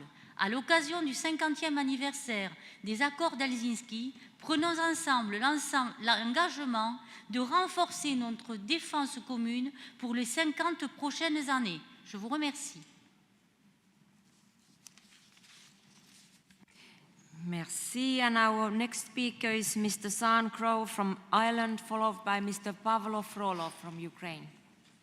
As it is my first plenary, can I begin by thanking our Portuguese hosts for their kindness and the hospitality they've shown to us during our all too short time here in Porto. 50 years after the Helsinki Final Act, so much has changed. There is less optimism, less hope, and less ambition to bring about a peaceful and more inclusive world.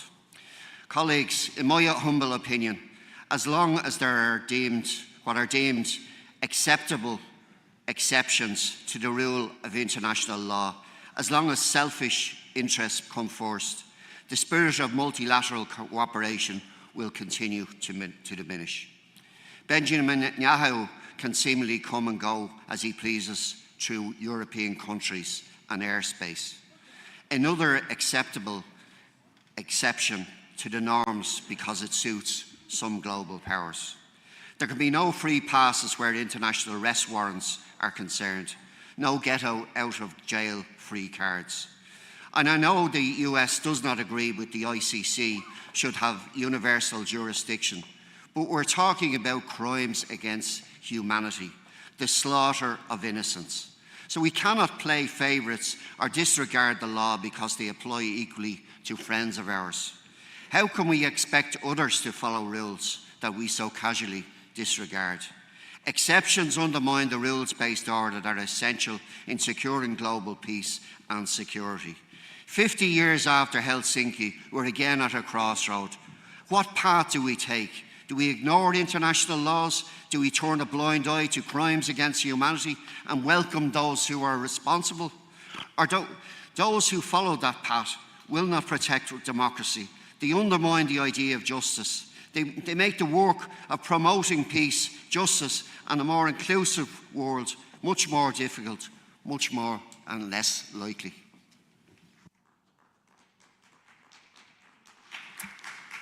Thank you very much. And the next speaker is Mr. Pavlo Frolov from Ukraine, followed by Mr. Omar Terbak from Algeria.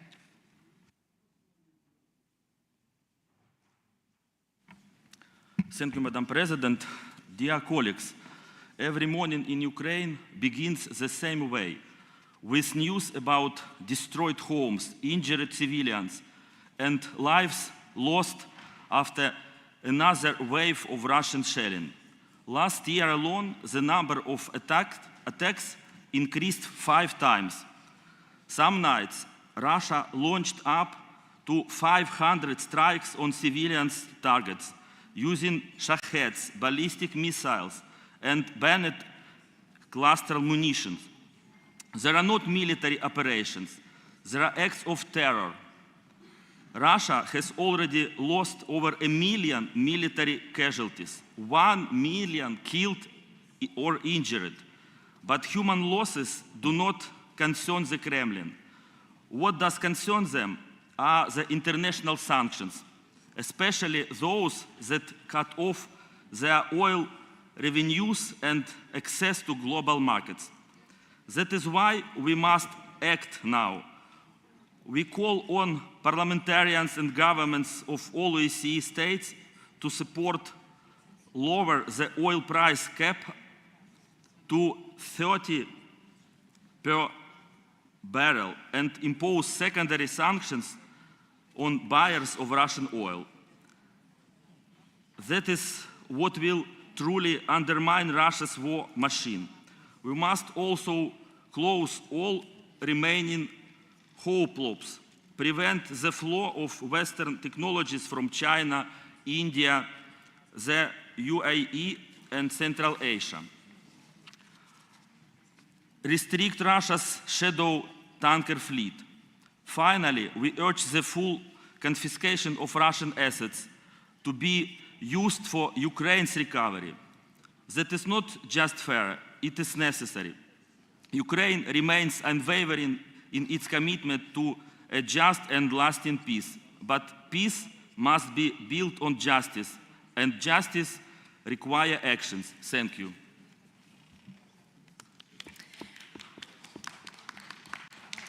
Thank you. And our next speaker is Mr. Fatih Dönmez from the Parliamentary Assembly of the Black Sea Economic Cooperation, followed by Mr. Kamil Aydin from Turkey.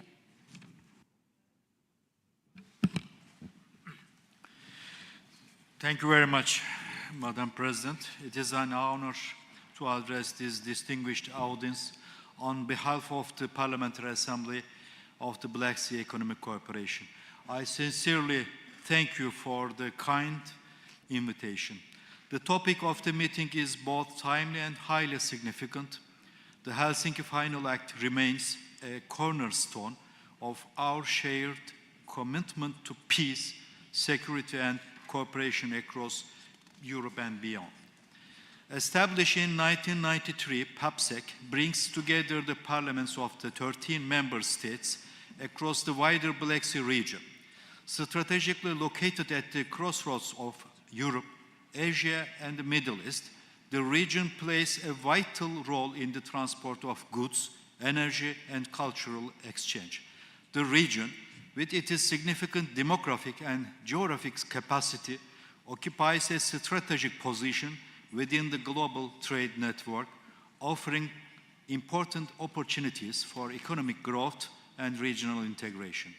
However, ongoing conflicts continue to hinder the region's full potential by disrupting crucial trade routes, damaging infrastructures, and discouraging investment. These challenges highlight the urgent need for sustained dialogue, diplomacy, and peaceful conflict resolution. Distinguished colleagues, we cannot remain silent in the face of humanitarian crisis, including Gaza, where tens of thousands of innocent lives have been lost and millions suffer from lack of basic needs. Recent escalations between Iran and Israel have further endangered the fragile peace. Diplomacy remains the only viable path forward. Although the ceasefire contributes positively to regional security, we must take every possible diplomatic effort to establish a lasting peace. The ongoing war between Ukraine and Russia also deeply affects the region and beyond, causing severe humanitarian, economic, and security challenges. With millions displaced and one of the largest refugee crises in recent history unfolding, PAPSEC affirms that peace can only be achieved through respect for sovereignty, territorial integrity, fundamental rights, and sustained multilateral cooperation. Restoring peace and stability in the Black Sea is vital for regional and global security. As parliamentary representatives, our duty extends beyond sharing best practices. We must raise our collective voice for those affected by conflict, defend human dignity and rights, and strengthen solidarity across nations. In conclusion, I sincerely thank our hosts for their generous invitation and exemplary organization, wishing us all successful deliberations. Thank you for your kind attention. Thank you very much. Next speaker is Mr. Kamil Aydin from Turkey, followed by Mr. Julian Lărinț from Romania. Madam President, distinguished colleagues, as we mark the 50th anniversary of the Helsinki Final Act, we are reminded of the principles that brought us together: sovereign equality, respect for territorial integrity, the peaceful settlement of disputes, and the protection of human rights and fundamental freedoms. Yet today, these principles are facing unprecedented challenges. The OSCE region and its neighborhood are undergoing profound transformations, driven by armed conflicts, rising polarization, disinformation, and the erosion of mutual trust. In this context, violent extremism and terrorism remain among the most pressing threats to our shared security. We have had the opportunity to engage with many of you in addressing this threat. We continue to witness how terrorist actors adapt rapidly by exploiting emerging technologies, manipulating young minds, and taking advantage of the instability to spread their influence. In the spirit of our collective commitments made in Helsinki, we must strengthen our cooperation, resilience, and the mechanism for information sharing. We cannot speak of the OSCE region without acknowledging the deepening humanity tragedy in the Middle East, particularly in Gaza. The ongoing civilian suffering and destruction remain deeply alarming and are now threatening to engulf the broader region. The principles of international law and humanity, human dignity, which are at the heart of the Helsinki spirit, must apply universally, without exception. The legacy of Helsinki must not remain symbolic. It must inspire concrete action, principled leadership, and honest dialogue. In these difficult times, we must return to the values that unite us, not divide us. Finally, I would like to say that peace is the arch enemy of occupation. Therefore, thanks to peace operation rather than the occupation, two sets of people live in peace in Cyprus without harming and denying each other. Thank you. Thank you. And our next speaker is Mr. Julian Lărinț from Romania, followed by Ms. Sevin Fatalieva from Azerbaijan. Thank you, Madam President. Dear colleagues, as we mark 50 years since the Helsinki Final Act, we are now more than ever aware of the importance of fundamental rights and freedoms in the present context as prerequisites for peace, democracy, and prosperity in the OSCE region. Romania's full support and cooperation are visible in upholding the efficiency and relevance of the OSCE action for promoting peace and security in Europe and in fully addressing the challenges on its agenda. Romania's condemnation of Russia's war of aggression has been reiterated many times at the OSCE. Our support for Ukraine has been resolute and multifaceted as well. We need a robust and principled OSCE that continues to bring its contribution in maintaining peace and security, that holds Russia accountable for its aggression against a sovereign state and continues to provide valuable support for Ukraine. We see that democracy continues to face a downward spiral. Across the OSCE region, the space for civil society and independent media is rapidly shrinking offline and offline. Hybrid threats are the major concern right now. One important dimension is the informational warfare, and we are witnessing today an increased use of it in sophisticated influence campaigns. As media consumption and election campaigns move increasingly online, what goes on in the digital world is increasingly likely to influence the outcome of any election. One of the benefits of the new technology is increased voter engagement. Social media platforms such as Facebook, Instagram, TikTok, Telegram have facilitated direct access of political actors to voters. But unfortunately, social media is also a good ground for disinformation. False information can spread rapidly, influencing public opinion and, in some cases, the election results. So Romania is a democratic country that is committed to strengthening its institution and the citizens' trust in them. The ongoing development of democratic system is a continuous process, and Romania is actively engaged to this effort. As elected MP of the largest electoral constituency in Romania, made up of over 5 million Romanian, the Romanian diaspora, I can assure you that Romania's foreign policy remains consistent, grounded, and its EU and NATO membership, its strategic partnership with the US, and its openness to collaborating with partners who share our values and principles. This is our key foreign policy priorities. And as a Romanian delegation, as parliamentarians, we have an important role to play in advocating for the OSCE, its principles and commitments towards governments and the public. And I want to say muito obrigado for all the Portuguese team.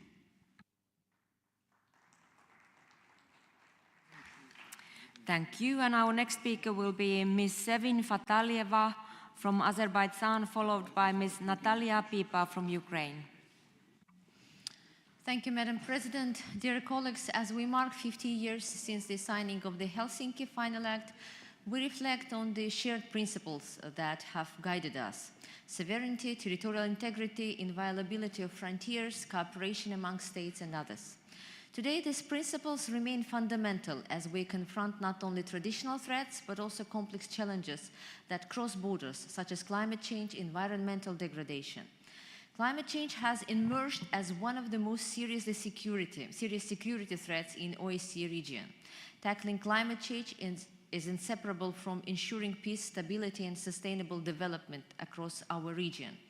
International organizations play a crucial role in addressing climate change, and we believe that despite many differences, countries and international organizations should work together on real, meaningful climate solutions. My country, Azerbaijan, reaffirms its strong commitment to the global fight against climate change and continues to actively engage in international efforts to promote sustainable development and environmental protection. We are transitioning to renewable energy, reducing our carbon footprints and building a green economy as a core element of our development strategy. This commitment is particularly visible in our liberated territories in the Karabakh region of Azerbaijan, where we are creating a model of sustainable reconstruction. These areas, once devastated by conflict and environmental destruction, are being transformed into a green energy zone based on smart technologies, clean energy, and modern infrastructure. Our dedication was reflected in the successful hosting of COP29 in Baku last November. This conference was not only a milestone for our country, but also a significant step for our region and for global climate diplomacy. COP29 achieved important outcomes, including stronger commitments to scale up climate finance, improve transparency, and promote cooperation between governments, the private sector, and civil society. Baku, as a host of COP29, became an important milestone of the road to the COP30. It was here that the foundation was laid for the Baku to Belém roadmap aimed at ensuring fair climate finance that takes into account human rights and the needs of the developing countries. 50 years after Helsinki, our task is to uphold and adapt its principles to today's challenges. Thank you. Thank you. And our next speaker is Ms. Natalia Pipa from Ukraine, followed by Mr. Tekin Bingol from Turkey. First of all, I want to thank you, creators of Helsinki Final Act 50 years ago, and every person for whom peace is very important. Today could be a very nice day, ocean, nice people here in Porto, but today Russians killed my next friend. He was a father of boy and girl. He was from the same scout organization than me, Roman Oreshchenko, very nice person. He could be here, but it will be never. What I want to tell about it, that when Brezhnev signed this Helsinki Final Act, after that murdered a lot of people in Soviet Union. It was about nothing.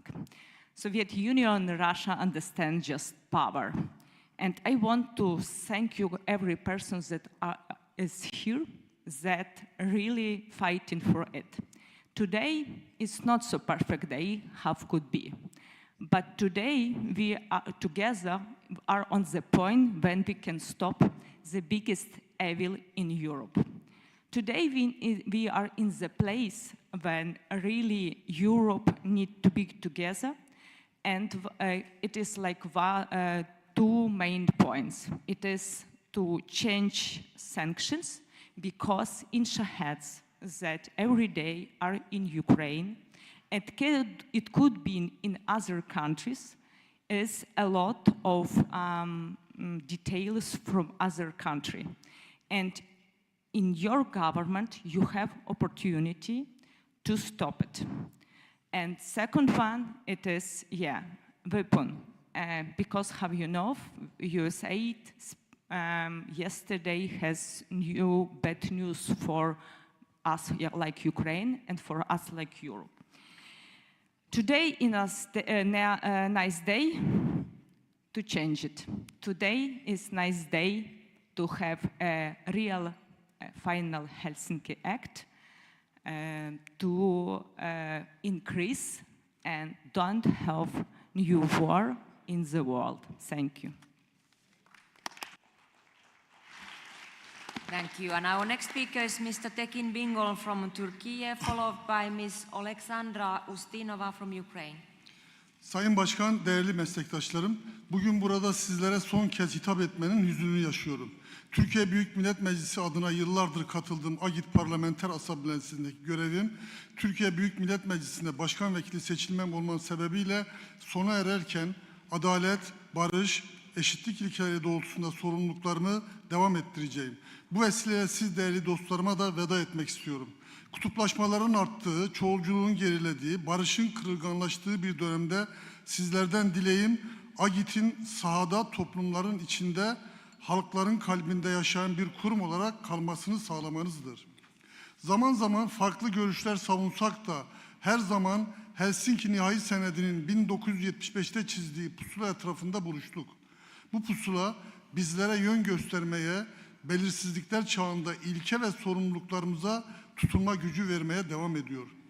Bugün Filistin halkı bombardımanlara değil, sistematik bir kuşatmaya, ayrımcılığa ve en temel insan haklarından mahrum bırakılmaya karşı yaşam mücadelesi veriyor. Bu artık bir halkın var olma savaşıdır. Buradan tüm parlamenterlere çağrıda bulunmak istiyorum. Filistin'de yaşananlara dair sessizlik, mazlumun yalnızlığını derinleştirir. Bu sessizliği bozmak hepimizin tarihsel ve ahlaki sorumluluğudur. Helsinki ilkeleri insan onurunu temel alan evrensel barışı savunduğu ölçüde anlamlıdır. Çünkü özgürlük tüm halklar için eşit bir yaşamın, demokrasi, çoğulculuğun ve adaletin güvencesidir. Ve dünya barışı ancak bu ilkeler etrafında kenetlenen bir uluslararası dayanışmayla mümkün olabilir. Veda ederken şunu açıkça belirtmek isterim. Parlamento değişebilir, görevler sona erebilir ama ilkeler baki kalır. Bu çatı altında tanıdığım tüm dostlara ortak değerler uğruna gösterdikleri çaba için teşekkür ediyorum. Beni bu ilkelerle yolları kesişen siz kıymetli dostlarıma minnettarım. Hepinizi Türkiye'nin selamıyla, adaletin sesiyle ve barışın umuduyla selamlıyor. Demokrasinin, özgürlüğün ve insan uğruna dayalı kalıcı dünya barışının bir gün tüm yeryüzüne hakim olacağı inancını taşıyorum. Ayrıca Güney Kıbrıslı meslektaşıma kısa bir cevap vermek istiyorum. Kıbrıs meselesi bir işgal veya istila meselesi değildir. İşgal iddiaları adadaki gerçeklerle uyuşmamaktadır. Meselenin temel sebebi adanın ortak sahibi olan Kıbrıslı Türklerin azınlık olarak gören ve onlara eşit ortak muamele yapmayı reddeden uzlaşmaz zihniyettir. Unutmayalım ki 2004 yılında alınan planı ile sunulan çözüm önerisini reddeden Kıbrıs Rum tarafıdır. Teşekkür ediyorum.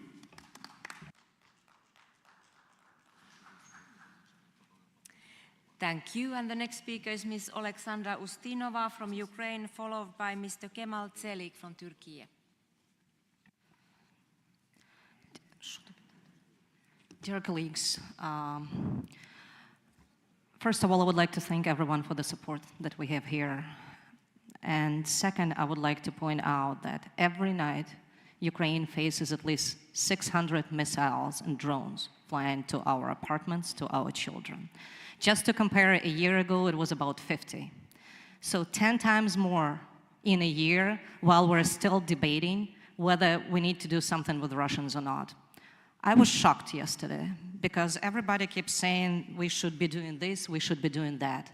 Well, maybe we should not be talking about what we should be doing, but start doing. We, as a security organization yesterday, failed to kick out a Russian FSB agent from a secretariat of the OSCE.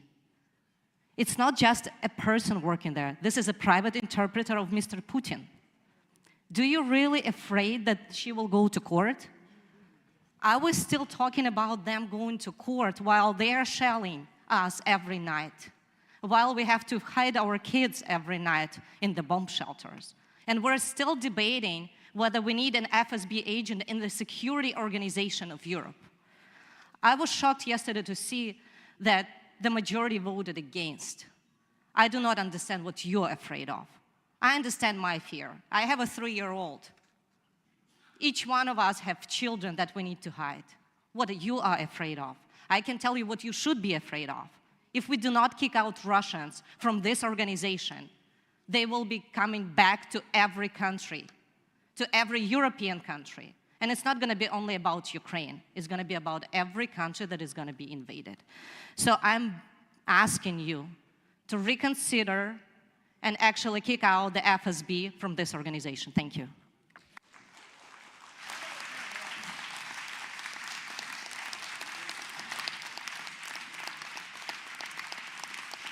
Dear colleagues, I only have 3 names left on the list. Mr. Kemal Zelik, Mr. Artem Dubnov, and Mr. Yaroslav Yurshushin.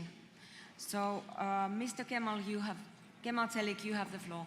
Thank you. Sayın Başkan, değerli meslektaşlarım, bu yıl Avrupa Güvenlik Mimarisi'nin temel taşlarından biri olan Helsinki Nihazi Senedi'nin 50. yılındayız. Ne var ki bugün Helsinki Nihazi Senedi'nin ilkeleri ciddi sınamalarla karşı karşıyadır. Artan kutuplaşma, hukukun aşınması ve çatışmalar Helsinki ruhunu ciddi şekilde tehdit etmektedir. Özellikle düzensiz göç olgusu tüm bölgemizi etkileyen insani, siyasi ve güvenlik boyutlarıyla derin bir sınamadadır. Dünyada en çok sığınmacıya ev sahipliği yapan ülke maalesef Türkiye'dir. Bu göç sorununun sorumluluk ve yük paylaşımı adil olmalı. Dayanışma yalnızca söylem düzeyinde kalmamalıdır. Bu bağlamda Suriye özel bir öneme sahiptir. Türkiye, Suriye'nin toprak bütünlüğü ve siyasi birliğini esas alan çözüm arayışlarını desteklemektedir. Mevcut hükümetin bu yöndeki çabalarına da hepimiz destek olmalıyız. Öte yandan Gazze'de yaşanan insani trajedi artık kabul edilemez boyutlara ulaşmıştır. Filistin'de dünyanın seyrettiği bir soykırım gerçekleşiyor. Filistinliler yok edilmek isteniyor. Gazze boşaltılmaya çalışılıyor. Soruyorum, aynı Allah'a inanan hangi din, hangi kutsal kitap öldürmeyi emrediyor? İşte böyle bir sapkın zihniyet katliam üzerine zafer inşa etmek istiyor. Buna dur demeliyiz. Helsinki Nihazi Senedi'nin ruhu güvenliktir. Öldürmelerle, soykırımla güvenlik sağlanabilir mi?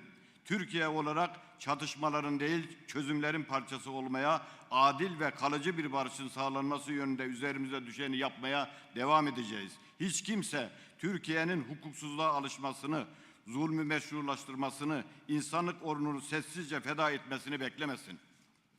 Bu doğrultuda iki devletli çözüm temelinde uluslararası hukuka dayalı sürdürülebilir bir çözüm çağrımızı yineliyoruz. Dünkü oturumda Filistin'in devlet olarak tanınmasına yönelik olarak kabul edilen karar tasarısını büyük ve önemli bir adım olarak görüyoruz. Değerli katılımcılar, Helsinki ruhunun temelinde yer alan güvenliğin bölünmezliği ilkesi bugün her zamankinden daha fazla anlam taşımaktadır. Bu ilkeleri sadece savunmakla kalmamalı, yaşatmalıyız. Türkiye bu doğrultuda AGİT bünyesinde sorumluluk almaya, katkı sunmaya ve birlikte hareket etmeye hazırdır. Teşekkür ederim. Thank you very much. Next speaker is Mr. Artem Dubnov from Ukraine, and he will be followed by Mr. Yaroslav Yurshushin from Ukraine also, and he will be the last speaker. Dear colleagues, Almost 50 years ago, the Helsinki Final Act enriched the fundamental principles: sovereign equity, refraining from the use of force, inviolability of frontiers, territorial integrity, respect for human rights. That was our collective promise that never again would might make right in Europe. Yet today, those principles lie shattered by Russia, a signatory which have become the destroyer. On 24th of February 2022, Russia expanded its war of aggression into brutal, full-scale invasion of Ukraine, adding the aggression that has never festered since 2014. This is the gravest breach of Helsinki Final Act since its signing. Instead of seeking peace, Russia counts of exhaustion, yours, ours, the world's, to break Ukraine's will. It has turned to deliberate terror. In just half a year, Russia has launched nearly 28,000 guided bombs, over 11,000 attack drones, and hundreds of missiles at homes, hospitals, schools. That is not a war. It is a state-orchestrated terror. In the end of last year, Russia has crossed new red lines by invoking North Korean troops to Ukraine soil. Colleagues, if we let Russia continue, the Helsinki Final Act will become nothing more than faded ink. If Ukraine falls, tomorrow others may face the same fate. We must act, not talk, tighten sanctions, stop Russia's missile production, close the loopholes it exploits, and support Ukraine defense. Let the answer to history be clear. We defended law over force, freedom over tyranny, hope over fear. We upheld the Helsinki Final Act so that the peace and dignity may prevail. We should all action to stop the terrorist state. Thank you. Thank you. And I still have one name on the list. Mr. Yaroslav Yurshishin from Ukraine. You have the floor. Thanks a lot. We have so many prominent speeches that I decide to tell you a fairy tale. Many years ago, near 50 years ago, there was a family of peaceful country who believe in Helsinki Final Act, who create Helsinki Final Act, but between them was, we name it, beer land, who pretend and manipulate with that. And firstly, this land occupied Transnistria, and international society was silent in reality. Next, it was Abkhazia, Ossetia, Belarus, and our country. And still, peaceful world try to have a communication, a dialogue. But it's not help. Why? Because appeasement of evil, impossible. Only punishment of evil, and after that beginning of equal dialogue, not between victim and aggressor, but between who believe in Helsinki Act, can give result. I hear a lot of willingness and want to find a dialogue. I stress, dear colleagues, dialogue can't be possible between victims and aggressor till the aggressor will be punished. So I hope that OSCE will not only believe in Helsinki Act, but act. And finally, Roman Ryshenko, who was killed yesterday, was my friend too. And his girl, his daughter, few months ago said that he's the best father. And she waiting him in peaceful Kyiv. But she never, ever will have this possibility because we're still trying to speak, not to solve. Sorry.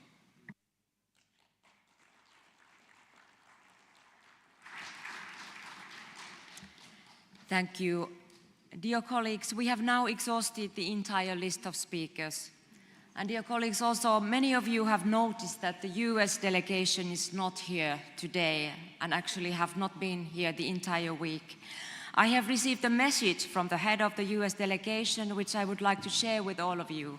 Our friend Roger Wicker writes as follows.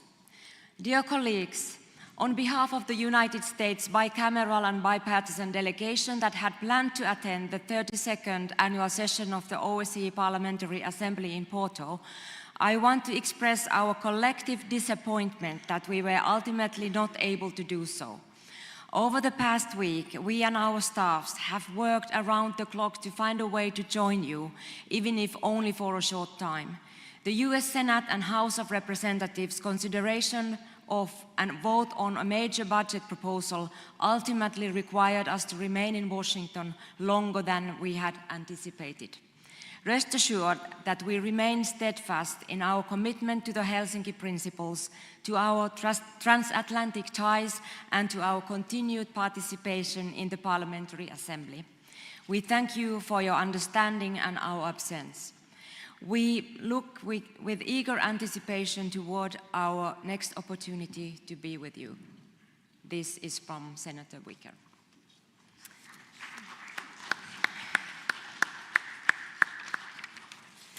So, dear colleagues, we will now move to item number 5 on our agenda, which is adoption of the Porto Final Declaration.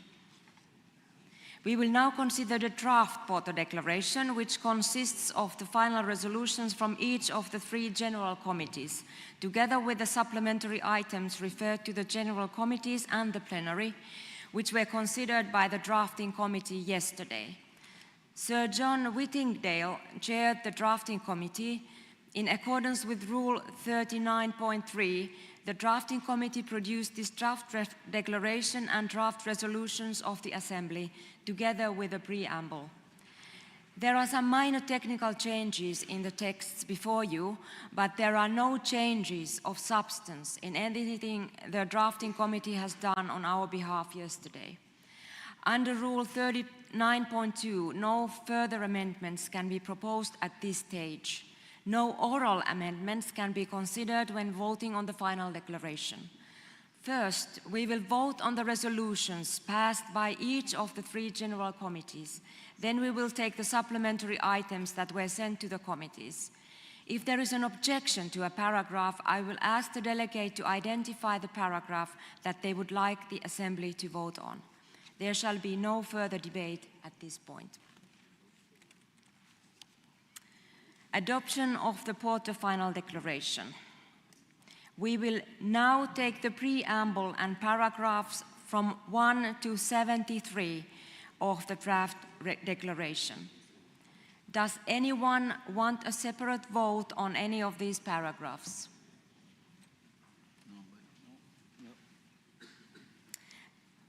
No objections, thank you.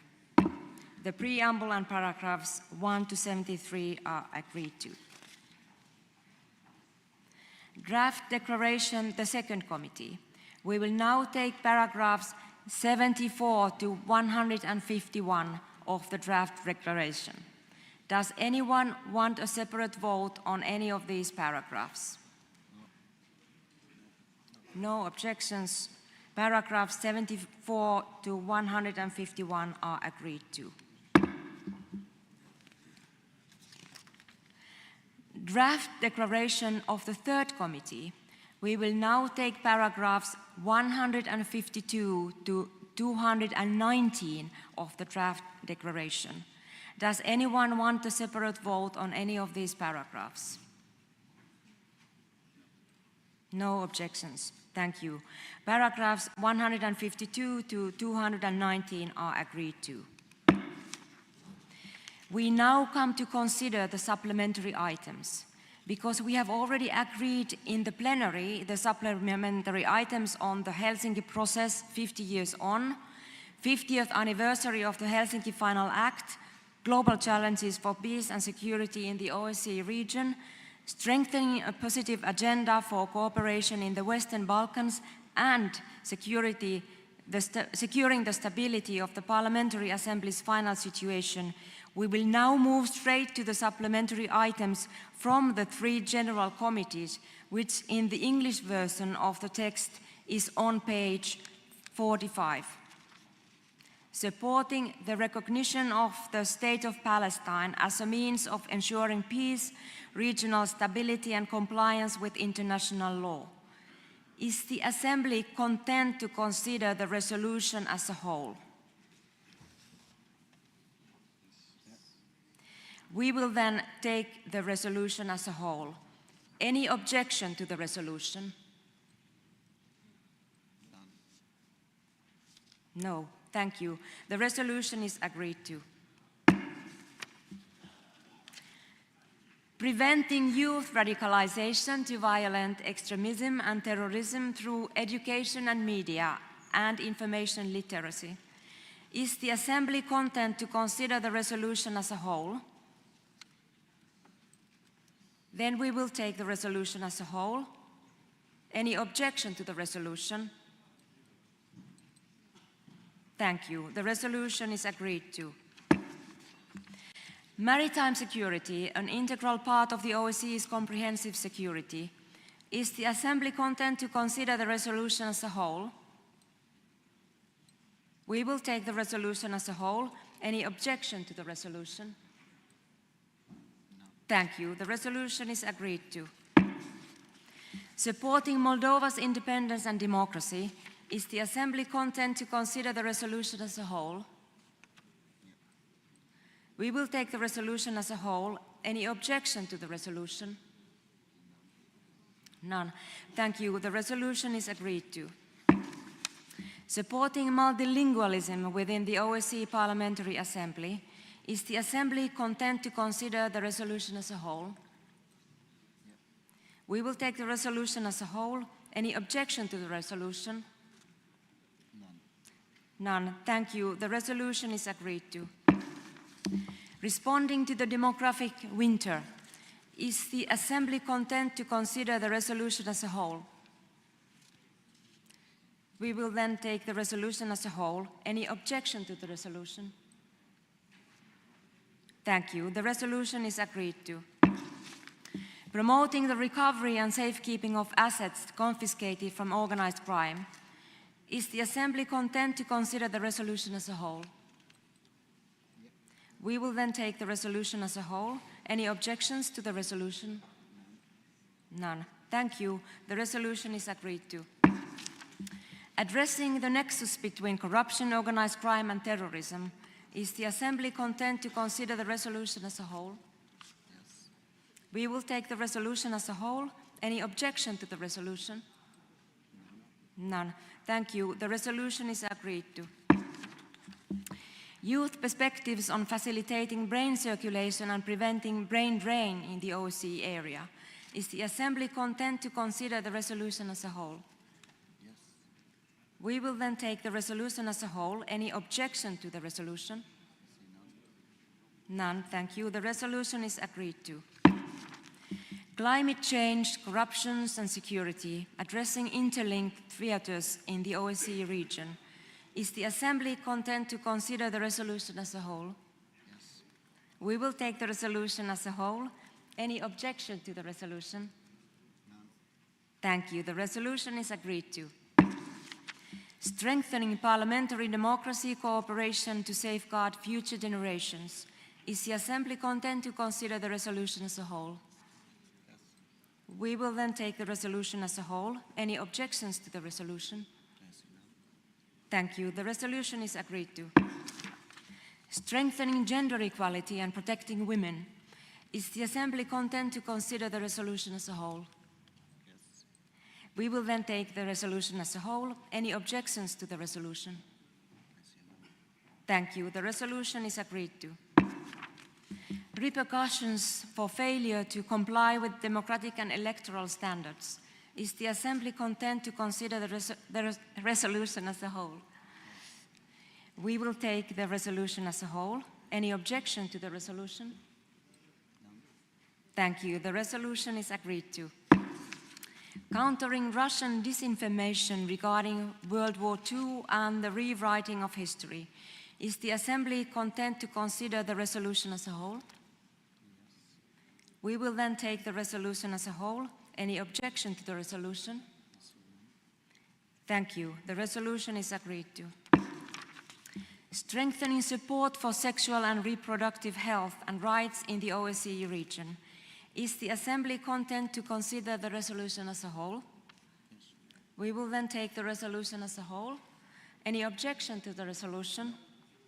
Thank you. The resolution is agreed to. Strengthening actions to prevent child trafficking and sexual exploitation of children. Is the Assembly content to consider the resolution as a whole? We will then take the resolution as a whole. Any objection to the resolution? Thank you. The resolution is agreed to. Supporting democracy and OSCE values in Georgia. Is the Assembly content to consider the resolution as a whole? We will take the resolution as a whole. Any objection to the resolution? Thank you. The resolution is agreed to. Final vote on the whole Porto Declaration. We will now consider the Porto Declaration as a whole. Is there any objection to the Porto Declaration as a whole?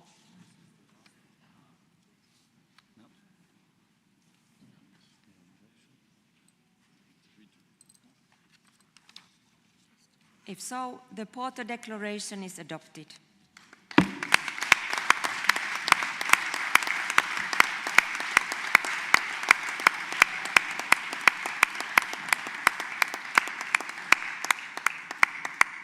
Thank you everyone for your kind cooperation, and that concludes our proceedings on the Porto Declaration.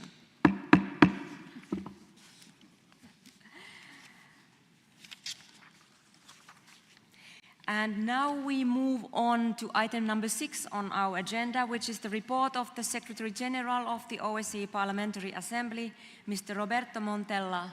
Roberto, you have the floor. Thank you very much, Madam President. It's working, great. Thank you very much, Madam President. Thank you to all of you. Wow, this has been 5 long days. I'd like to thank you for the great work that we've done. We have now the Porto Declaration.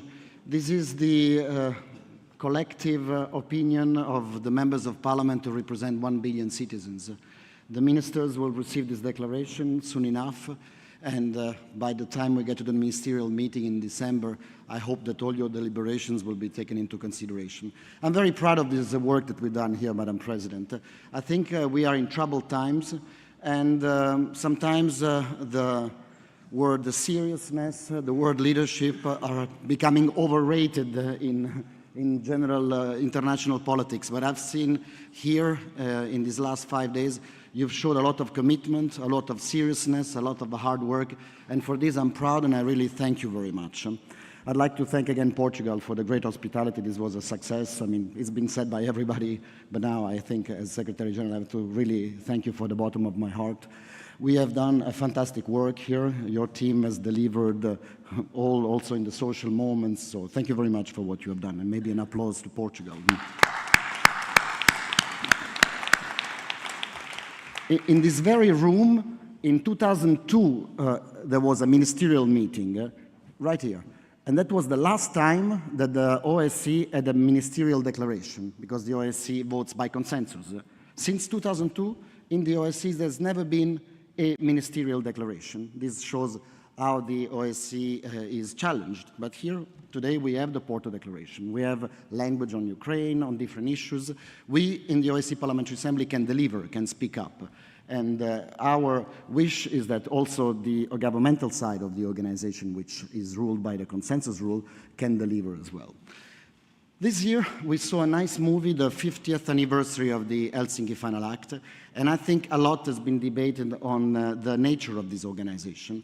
And I think I have to add my word. Maybe there will be unpopular words, but I think rather than follow the trend, I need to, as Secretary General, to just give a sense of what type of organization we are. This is an organization which is not an organization of like-minded. We are not NATO. We are not allied. This organization was created between enemies, between countries who had issues in 1975. I really encourage you to see the movie that the Finnish chairmanship has prepared for the anniversary of Helsinki. So we are dealing with countries who have disagreements, with countries violated for the entire decalogue of the Helsinki Final Act.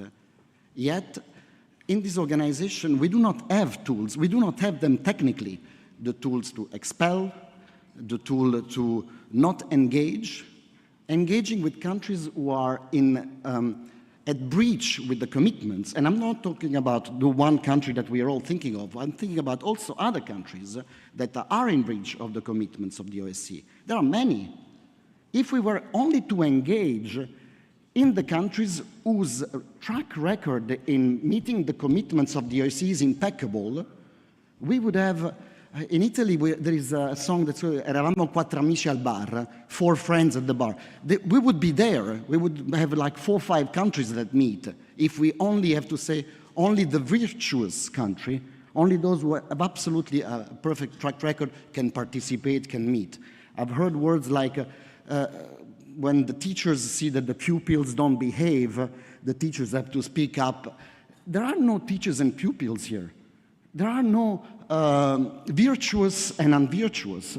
There are countries, participating states, all equal, some with huge, dramatic, I would say outrageous breach of the decalogue of the Helsinki Final Act, and they need to be reprimanded, and there are others who do better. But the tools that we have in the OSCE are that we speak up, we engage.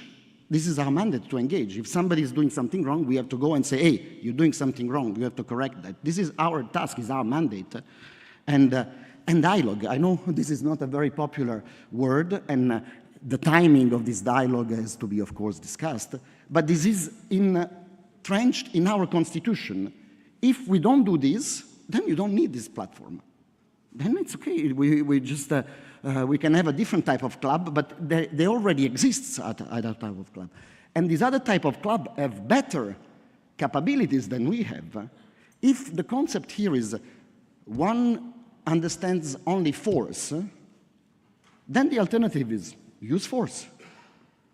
If you say, no, we cannot use force because of what we know, then don't ask another body, which was created exactly to fix these problems, to use force because it doesn't have force. So we don't have the tools that, so those who have force kind of don't use it.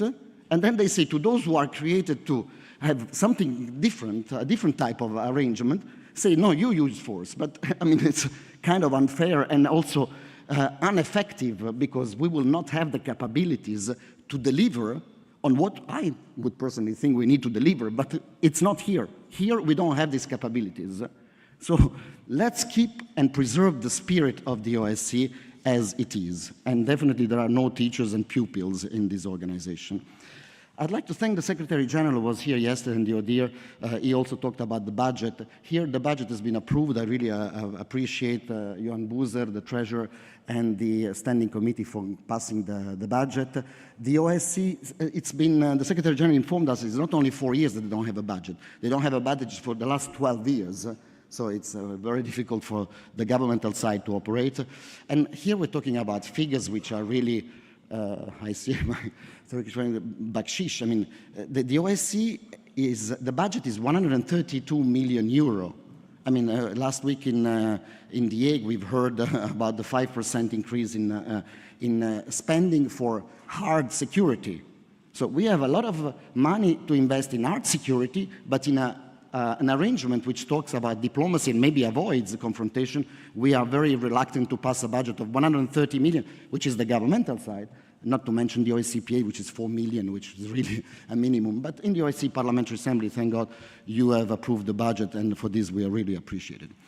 I really am impressed by the work that members of parliament do. I mean, I have seen the activities that you've done since February in Vienna. You are engaged, you participate in all sorts of meetings in all areas of the OSCE. I feel it as a responsibility as Secretary General to really take this energy this enthusiasm that you have, this willingness to participate, and make sure that as OSCE International Secretariat, we offer you the tools to be able to do your work. You can dedicate to the OSCE business maybe a couple of days a month, but in those days when you engage in international politics, I think the Secretariat should help you be able to feel that what you're doing has a meaning, has a contribution, has a realistic meaning. I mean, of course, we don't think that we have to be ambitious, but we have to be also realistic in where we can deliver. And I feel it as my personal and my team's responsibility to help you create an assembly that gives you the possibility to actually do work that is meaningful and effective. One word on the International Secretariat staff, as this is my responsibility as Secretary General. I am very proud of the work that we do. Gustavo, who is now, again, doing work for us, is together with Andreas leading our staff in Copenhagen. And I must say that my colleagues are working with a lot of passion, a lot of dedication, huge professionality, and they have really this capacity to relate with parliamentarians, you know, in a very, let's say, customer service approach, but also very friendly. And this is, you know, for international civil servants, let's say the OSCE international civil servant is a very special person because it can be a very good friend, but also an extremely professional civil servant. So of this, I want to thank all my colleagues who are here.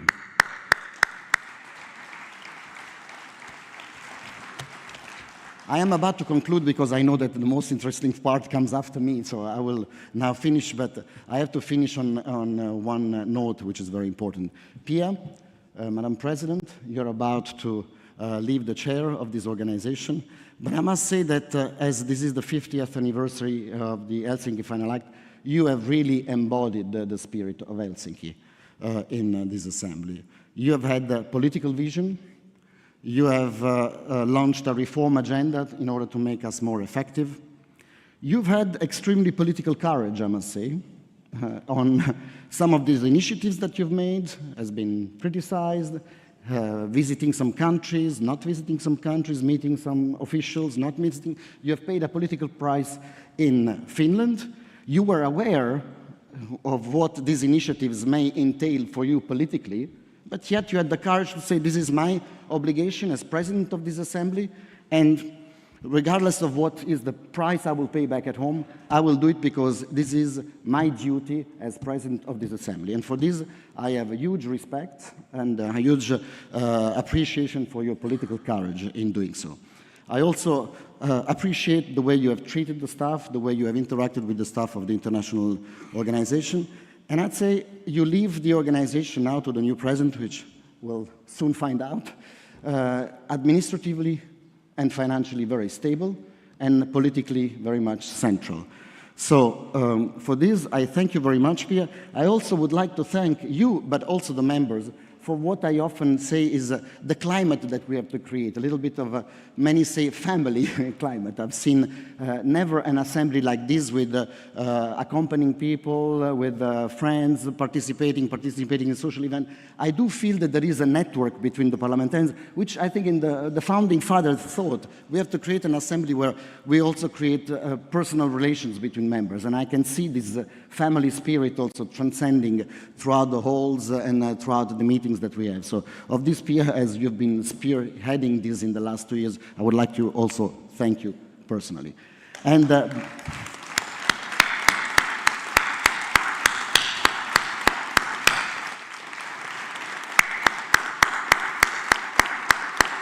now, Roberto is finished. You come here. We have a little surprise for you.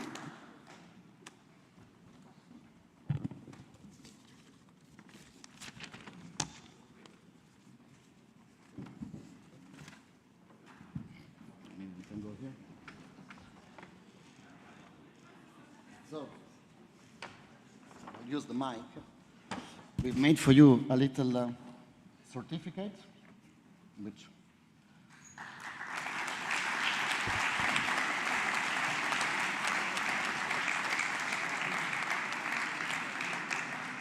but most importantly, a booklet, as you can see, is very thick.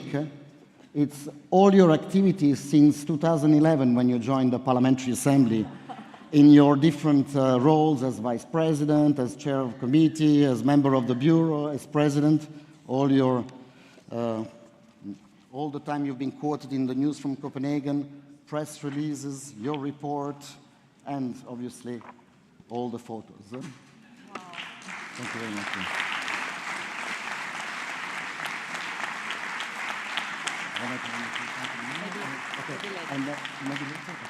Then I can Okay, this concludes my report, and now the interesting statistics. Thank you.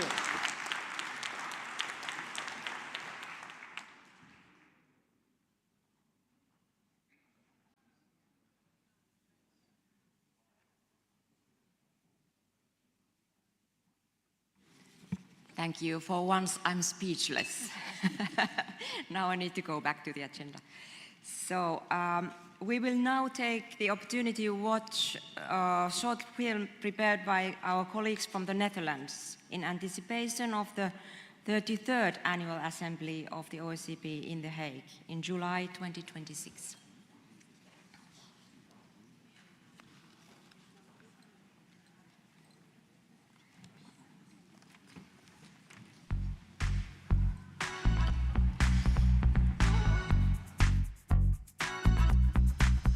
The States General of the Netherlands, consisting of the Senate and the House of Representatives, is proud to host in 2026 the annual session of the OSCE Parliamentary Assembly.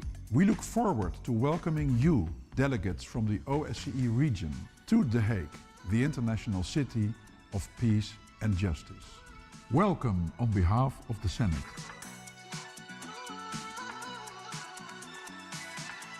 And welcome on behalf of the House of Representatives. The Hague is a unique city where politics, law and international cooperation come together. It is home to parliament, government, embassies and numerous international organizations working on international security. But The Hague is more than politics and diplomacy. It is an elegant city by the sea, full of culture, history and hospitality. Discover the place where world affairs and people come together. Dear colleagues, we are proud to work alongside you, fellow parliamentarians dedicated to building a safer world. Our goal is to create an open and welcoming atmosphere for meaningful dialogue during the upcoming annual session in The Hague. Each year, this event comes to life in a new host country, gathering around 700 parliamentarians and guests from all participating states and institutions of OSCE. It is a unique opportunity to come together, exchange ideas, and take collective steps toward enhanced global security. Will you join us July 2026? I look forward to welcoming you to my beautiful hometown, The Hague.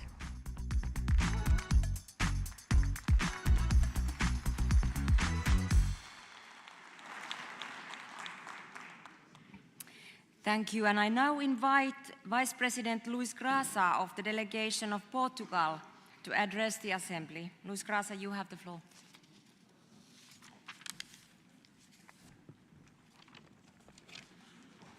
Thank you, Madam President. Dear friends, I would like to share to you two brave notes. First of all, most important, it was an honor for the Portuguese Parliament to receive you in Porto. We hope you enjoy it. We are proud for Porto Declaration, and we hope that the free and always undefeated strength of Porto City illuminates your path for many, many years. I would like to take this moment to thank the workers of the Portuguese Parliament, particularly Margarida and Nuno, for all their commitment, dedication and professionalism. Obrigado. And I thank the International Secretariat workers, the Secretary General Roberto Montella, and you, Madam President, for your confidence and trust and leadership. Obrigado. The second idea I would like to share with you is a little bit longer, probably more boring, and to turn it more difficult, since we are in Portugal, I hope you don't mind, I will say it in Portuguese. Senhora Presidente, caras e caros colegas, desde a Segunda Guerra Mundial que não tínhamos ativas tantas guerras e tantos conflitos armados com consequências devastadoras para milhares de seres humanos, incluindo mulheres e crianças.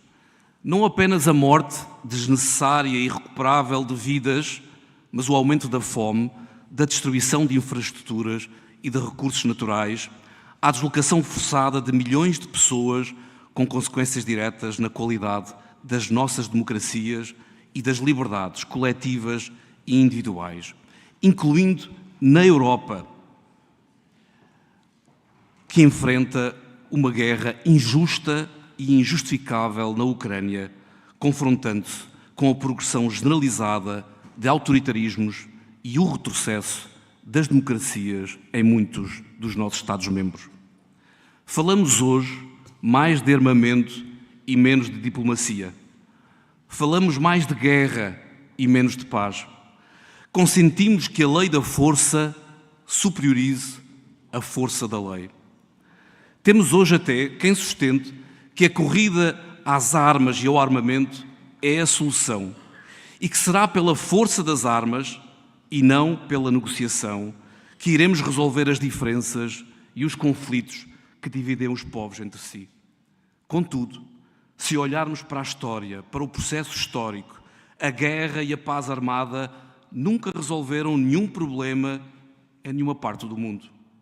Se assim não for, alguém, por favor, explique aos nossos filhos e aos nossos netos por que razão milhares de guerras, incluindo 2 guerras mundiais, não conseguiram até hoje resolver os conflitos entre os povos e porque ainda assim continuamos a manter na guerra a fé na resolução dos atuais conflitos da humanidade. Não terá sido com base na conclusão de que a guerra é um crime ético e humanitário, incapaz de responder à vontade de progresso social, económico e moral do ser humano, que há 50 anos atrás, em Helsínquia, aqueles que nos antecederam aqui, nesta Assembleia, criaram a OSCE? Não foi certamente por amizade ou aliança política, nem tampouco por falta de armas e de capacidade militar que o presidente americano Gerald Ford, que o secretário de Estado Henry Kissinger negociaram com a então União Soviética e com Brezhnev a criação desta conferência e desta Assembleia. Eram inimigos, representavam visões opostas da organização do mundo e assim continuaram depois de 1 de agosto de 1975. Inimigos e opositores, que, no entanto, foram capazes de estabelecer que não seria pela guerra e pelas armas que a Europa, a América e a União Soviética resolveriam as suas conflitualidades e diferenças, mas pela arbitragem, o diálogo e a diplomacia. E, por favor, não se pense que construir a paz é mais simples do que fazer a guerra, porque, sendo muito mais económico, é muito mais difícil armar um exército com a força da razão, do direito e da justiça do que de material bélico e militar. Se ao longo da história conseguimos colocar portugueses a dialogar com espanhóis, americanos a falar com mexicanos, ingleses com franceses, franceses com alemães, cipriotas com turcos, arménios com azeris, porque não podemos trocar a guerra pela negociação também entre a Rússia e a Ucrânia, ou a Israel e a Palestina. Sim, Sr. Putin, para a guerra agora. Free Ukraine. Sim, Sr. Netanyahu, para a guerra agora. Free Palestine. Caros colegas, cada um de nós é capaz da guerra e da paz. Já o provamos no passado. Eu posso ser o terrorista que explode como uma bomba, mas também posso ser o diplomata que negocia a paz. Posso ser o migrante que morre afogado no Mediterrâneo, mas também posso ser o voluntário que distribui alimentos e água. Posso ser o soldado que dispara num campo de refugiados, a mulher torturada e violada, a criança soldado a quem roubaram a infância, o louco que dispara à queima-roupa numa escola, o jornalista que morre no cumprimento do seu dever, o médico sem fronteiras, o homem capaz do pior, a mulher capaz do melhor, o político que escolhe a negociação e o diálogo. Is there anybody out there still listening? I know parliamentary diplomacy is boring and talking about peace does not give enough likes on social networks, but this assembly was created for peace by diplomacy. Perhaps the best thing is to finish quote the exactly words of President Ford 50 years ago in Helsinki. Quote, "I am simply here to say to my colleagues, military competition must be controlled, political competition must be restrained, crises must not be manipulated or exploited for unilateral advantage that could lead us again to the brink of war. The process of negotiation must be sustained, not at a snail pace, but with demonstrated enthusiasm and visible progress." End of quote. Dear Madam President, dear colleagues, is it possible that we have become more cynical than Kissinger or Brezhnev? Do we still believe in peace and in the monumental task of building a better and a safer world for all? Dialogue, negotiation, arbitration, diplomacy, politics. This is the OSCE. Bring people together, not divided. Listen and debate, especially with those who think differently from you. The power of reason over the power of weapons. The force of the law over the law of the force. Peace, freedom, democracy, human rights, justice, progress. My dear President, dear friends, what if we did something as eccentric, extremely boring, but at the same time revolutionary today, as we did it in Helsinki? And if we all give peace a chance, again, oh, my dear colleagues, my dear President, what a wonderful world this still could be. Thank you very much.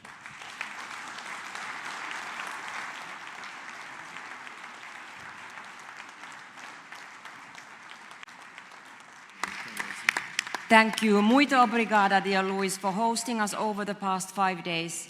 Our sincere thanks go to the Portuguese Parliament as a whole, Paula and the whole team, the leadership, members and the staff for making this event possible. Luis, you asked if anybody is still listening. I'm afraid the interpreters had to go at noon, so I hope somebody is listening. It's just numbers now, it's okay. So before I give the floor to the tellers who have just entered the room, I would like to say a few words, if you still bear with me.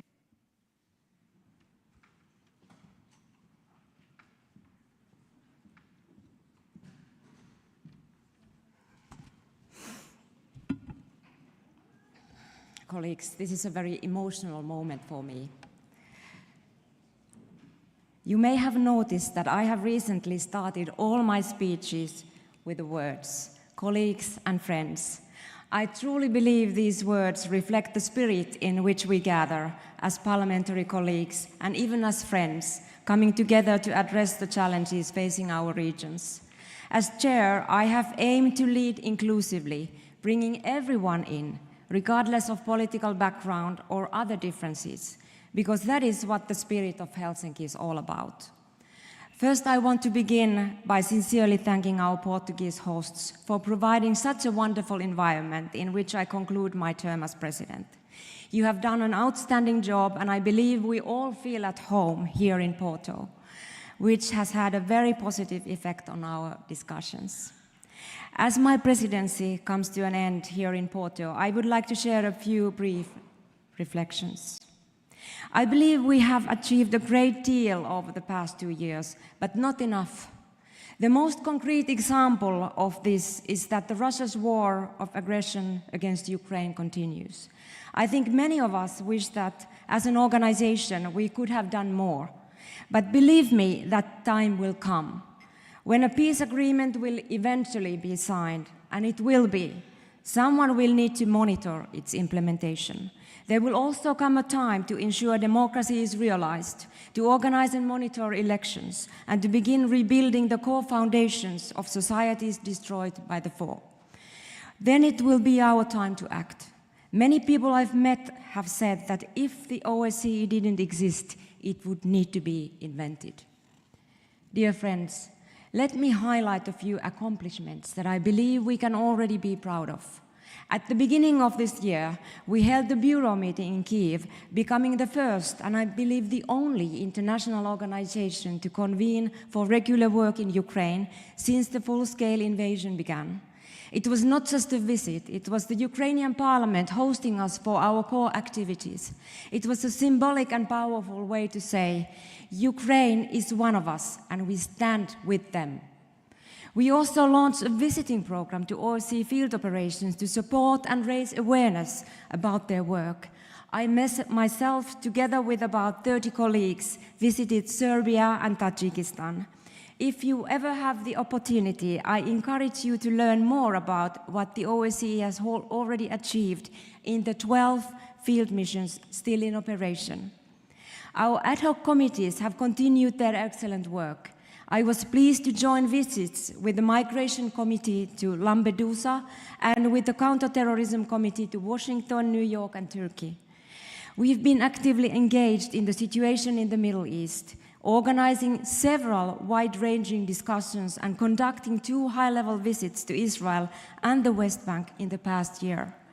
Our aim has been to get a comprehensive picture of why this war has happened and how to end it. There is a consensus that humanitarian aid to Gaza must not be blocked and that everything must be done to protect civilians, especially children. I'm also pleased to see the power of parliamentary diplomacy in more subtle ways. For example, many of you were heartened that our Azerbaijani and Armenian colleagues served together as lead observers in the election observation mission in Uzbekistan last year. I sincerely hope that the people of the South Caucasus will see lasting peace and stability, the rule of law, economic growth, and new forms of connection between people and nations in the region. I'm particularly happy about the commitment shown by the Central Asian countries to the OSCE's work and the way they have come together to address challenges as water scarcity and climate change. Dear friends, when I was elected, you might remember that I promised to focus on building bridges. In this, I feel the past 2 years have been a success. I hope I have made everyone in this room feel that this is your organization, this is your assembly. I must emphasize that this has not always been easy. Just as we admire the beautiful bridges of Porto and the engineering it took to build them, political bridge building is also far from simple. I admit that I've paid a certain political price for this bridge building work, especially in my own home country. But I have done it in the name of our assembly, in the name of dialogue, and for the promotion of security and peace. At times, this has required personal sacrifices as well.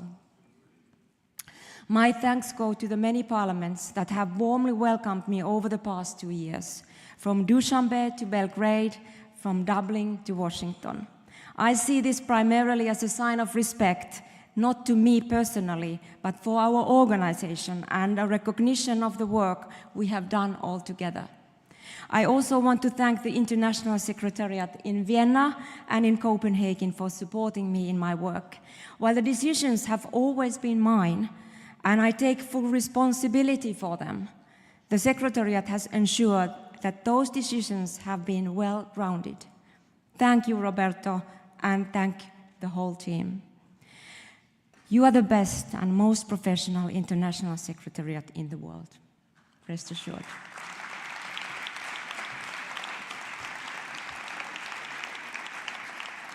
And last, I encourage the next president and all of us to be ambitious, be even impossibly ambitious. The people across the OSCE region and beyond deserve lasting peace and a future not only for themselves, but also for the generations to come. Dear colleagues and friends, thank you for your dedication to this assembly and our shared mission. There is still much work ahead. Let us remember, together we are stronger.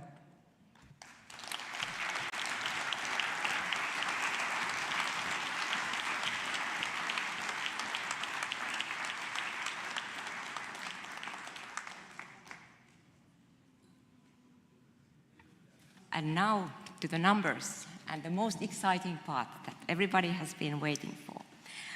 I now call on first teller Carina Ödebrink to announce the results of the election of the OSCE officers. Carina, you have the floor.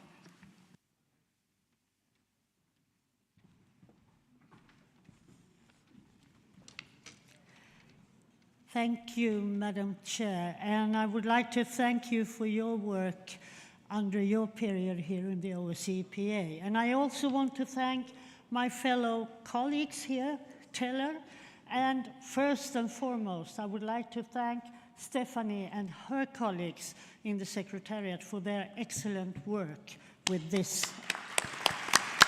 issue. So, Madam Chair, when it comes to the elections, 207 members have voted. And Pere Juan Pons received 107 votes.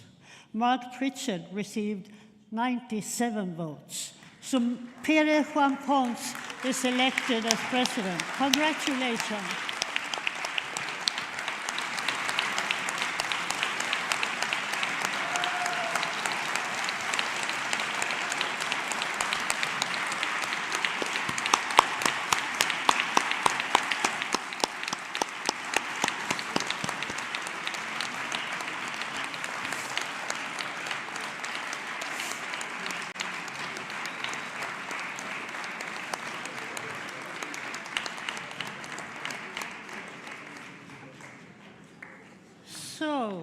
And I will also announce the result of the election of Vice President.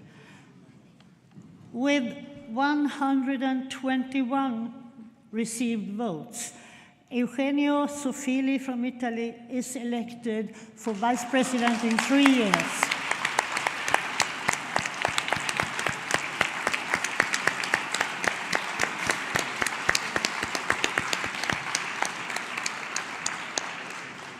Congratulations.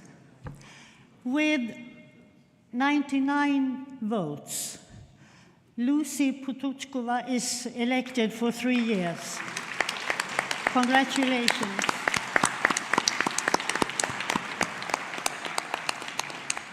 And with 91 votes, Mr. Gabor Haidu is elected for 3 years.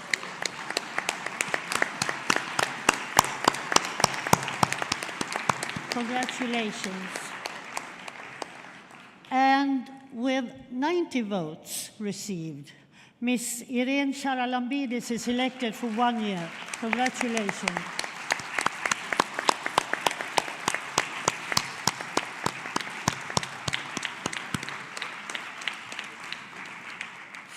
So, Madam Chair, I think we have finished our work. Thank you.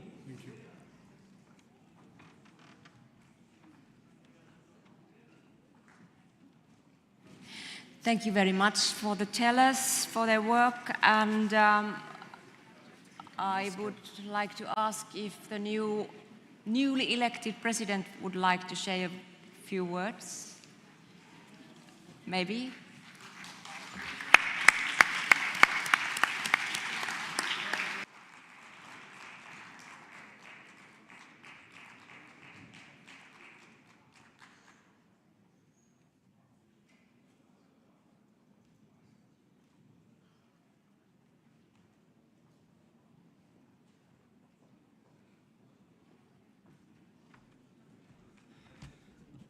First of all, thank you, Madam President, but I cannot see Mark Pritchard around. I would like to, if someone can ask that he joins me and we can share the speech at least. I would like that Mark Pritchard is here with me and he can say a couple of words as well. So I'm going to start in Portuguese, if you allow me.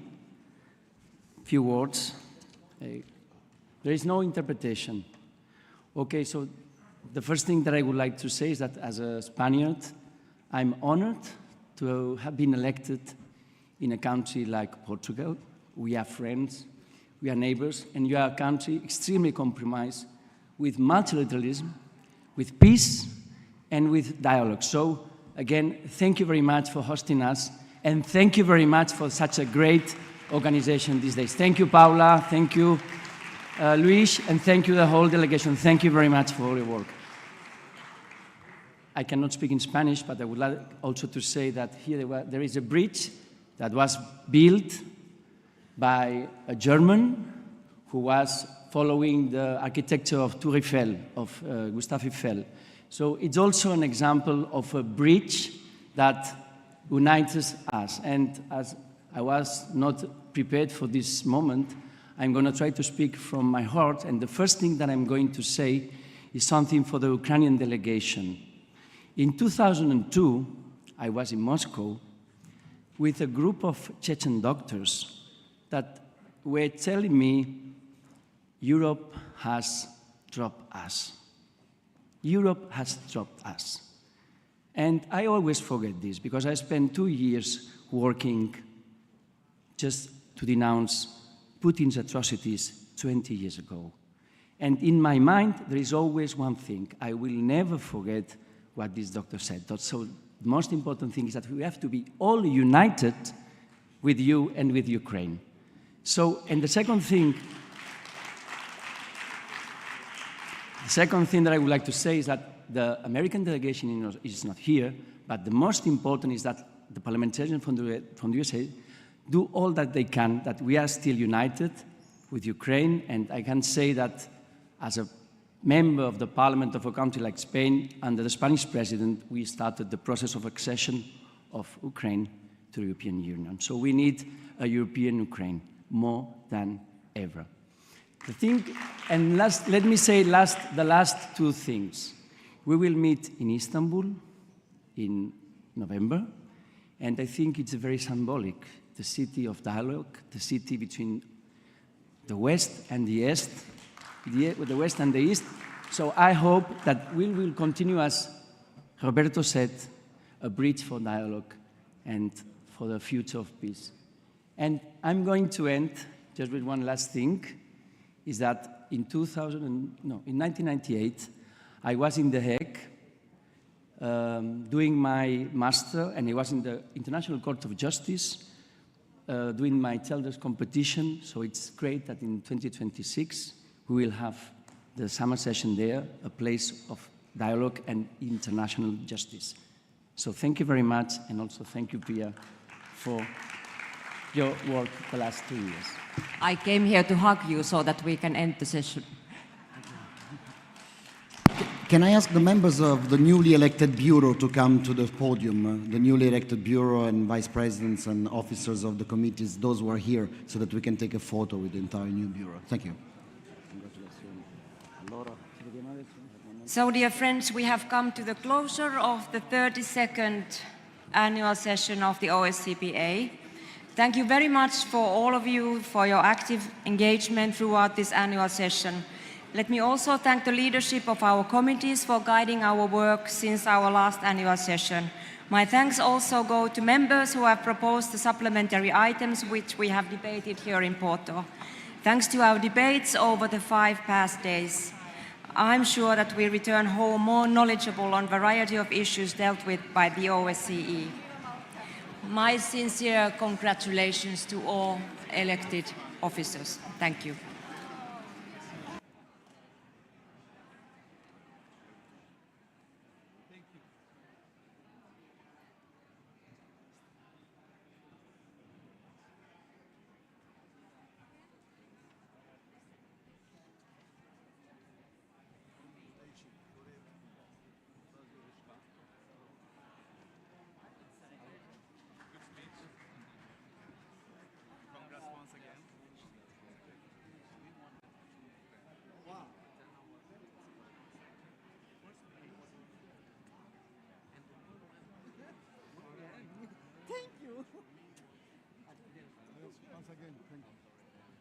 Mark left. Okay.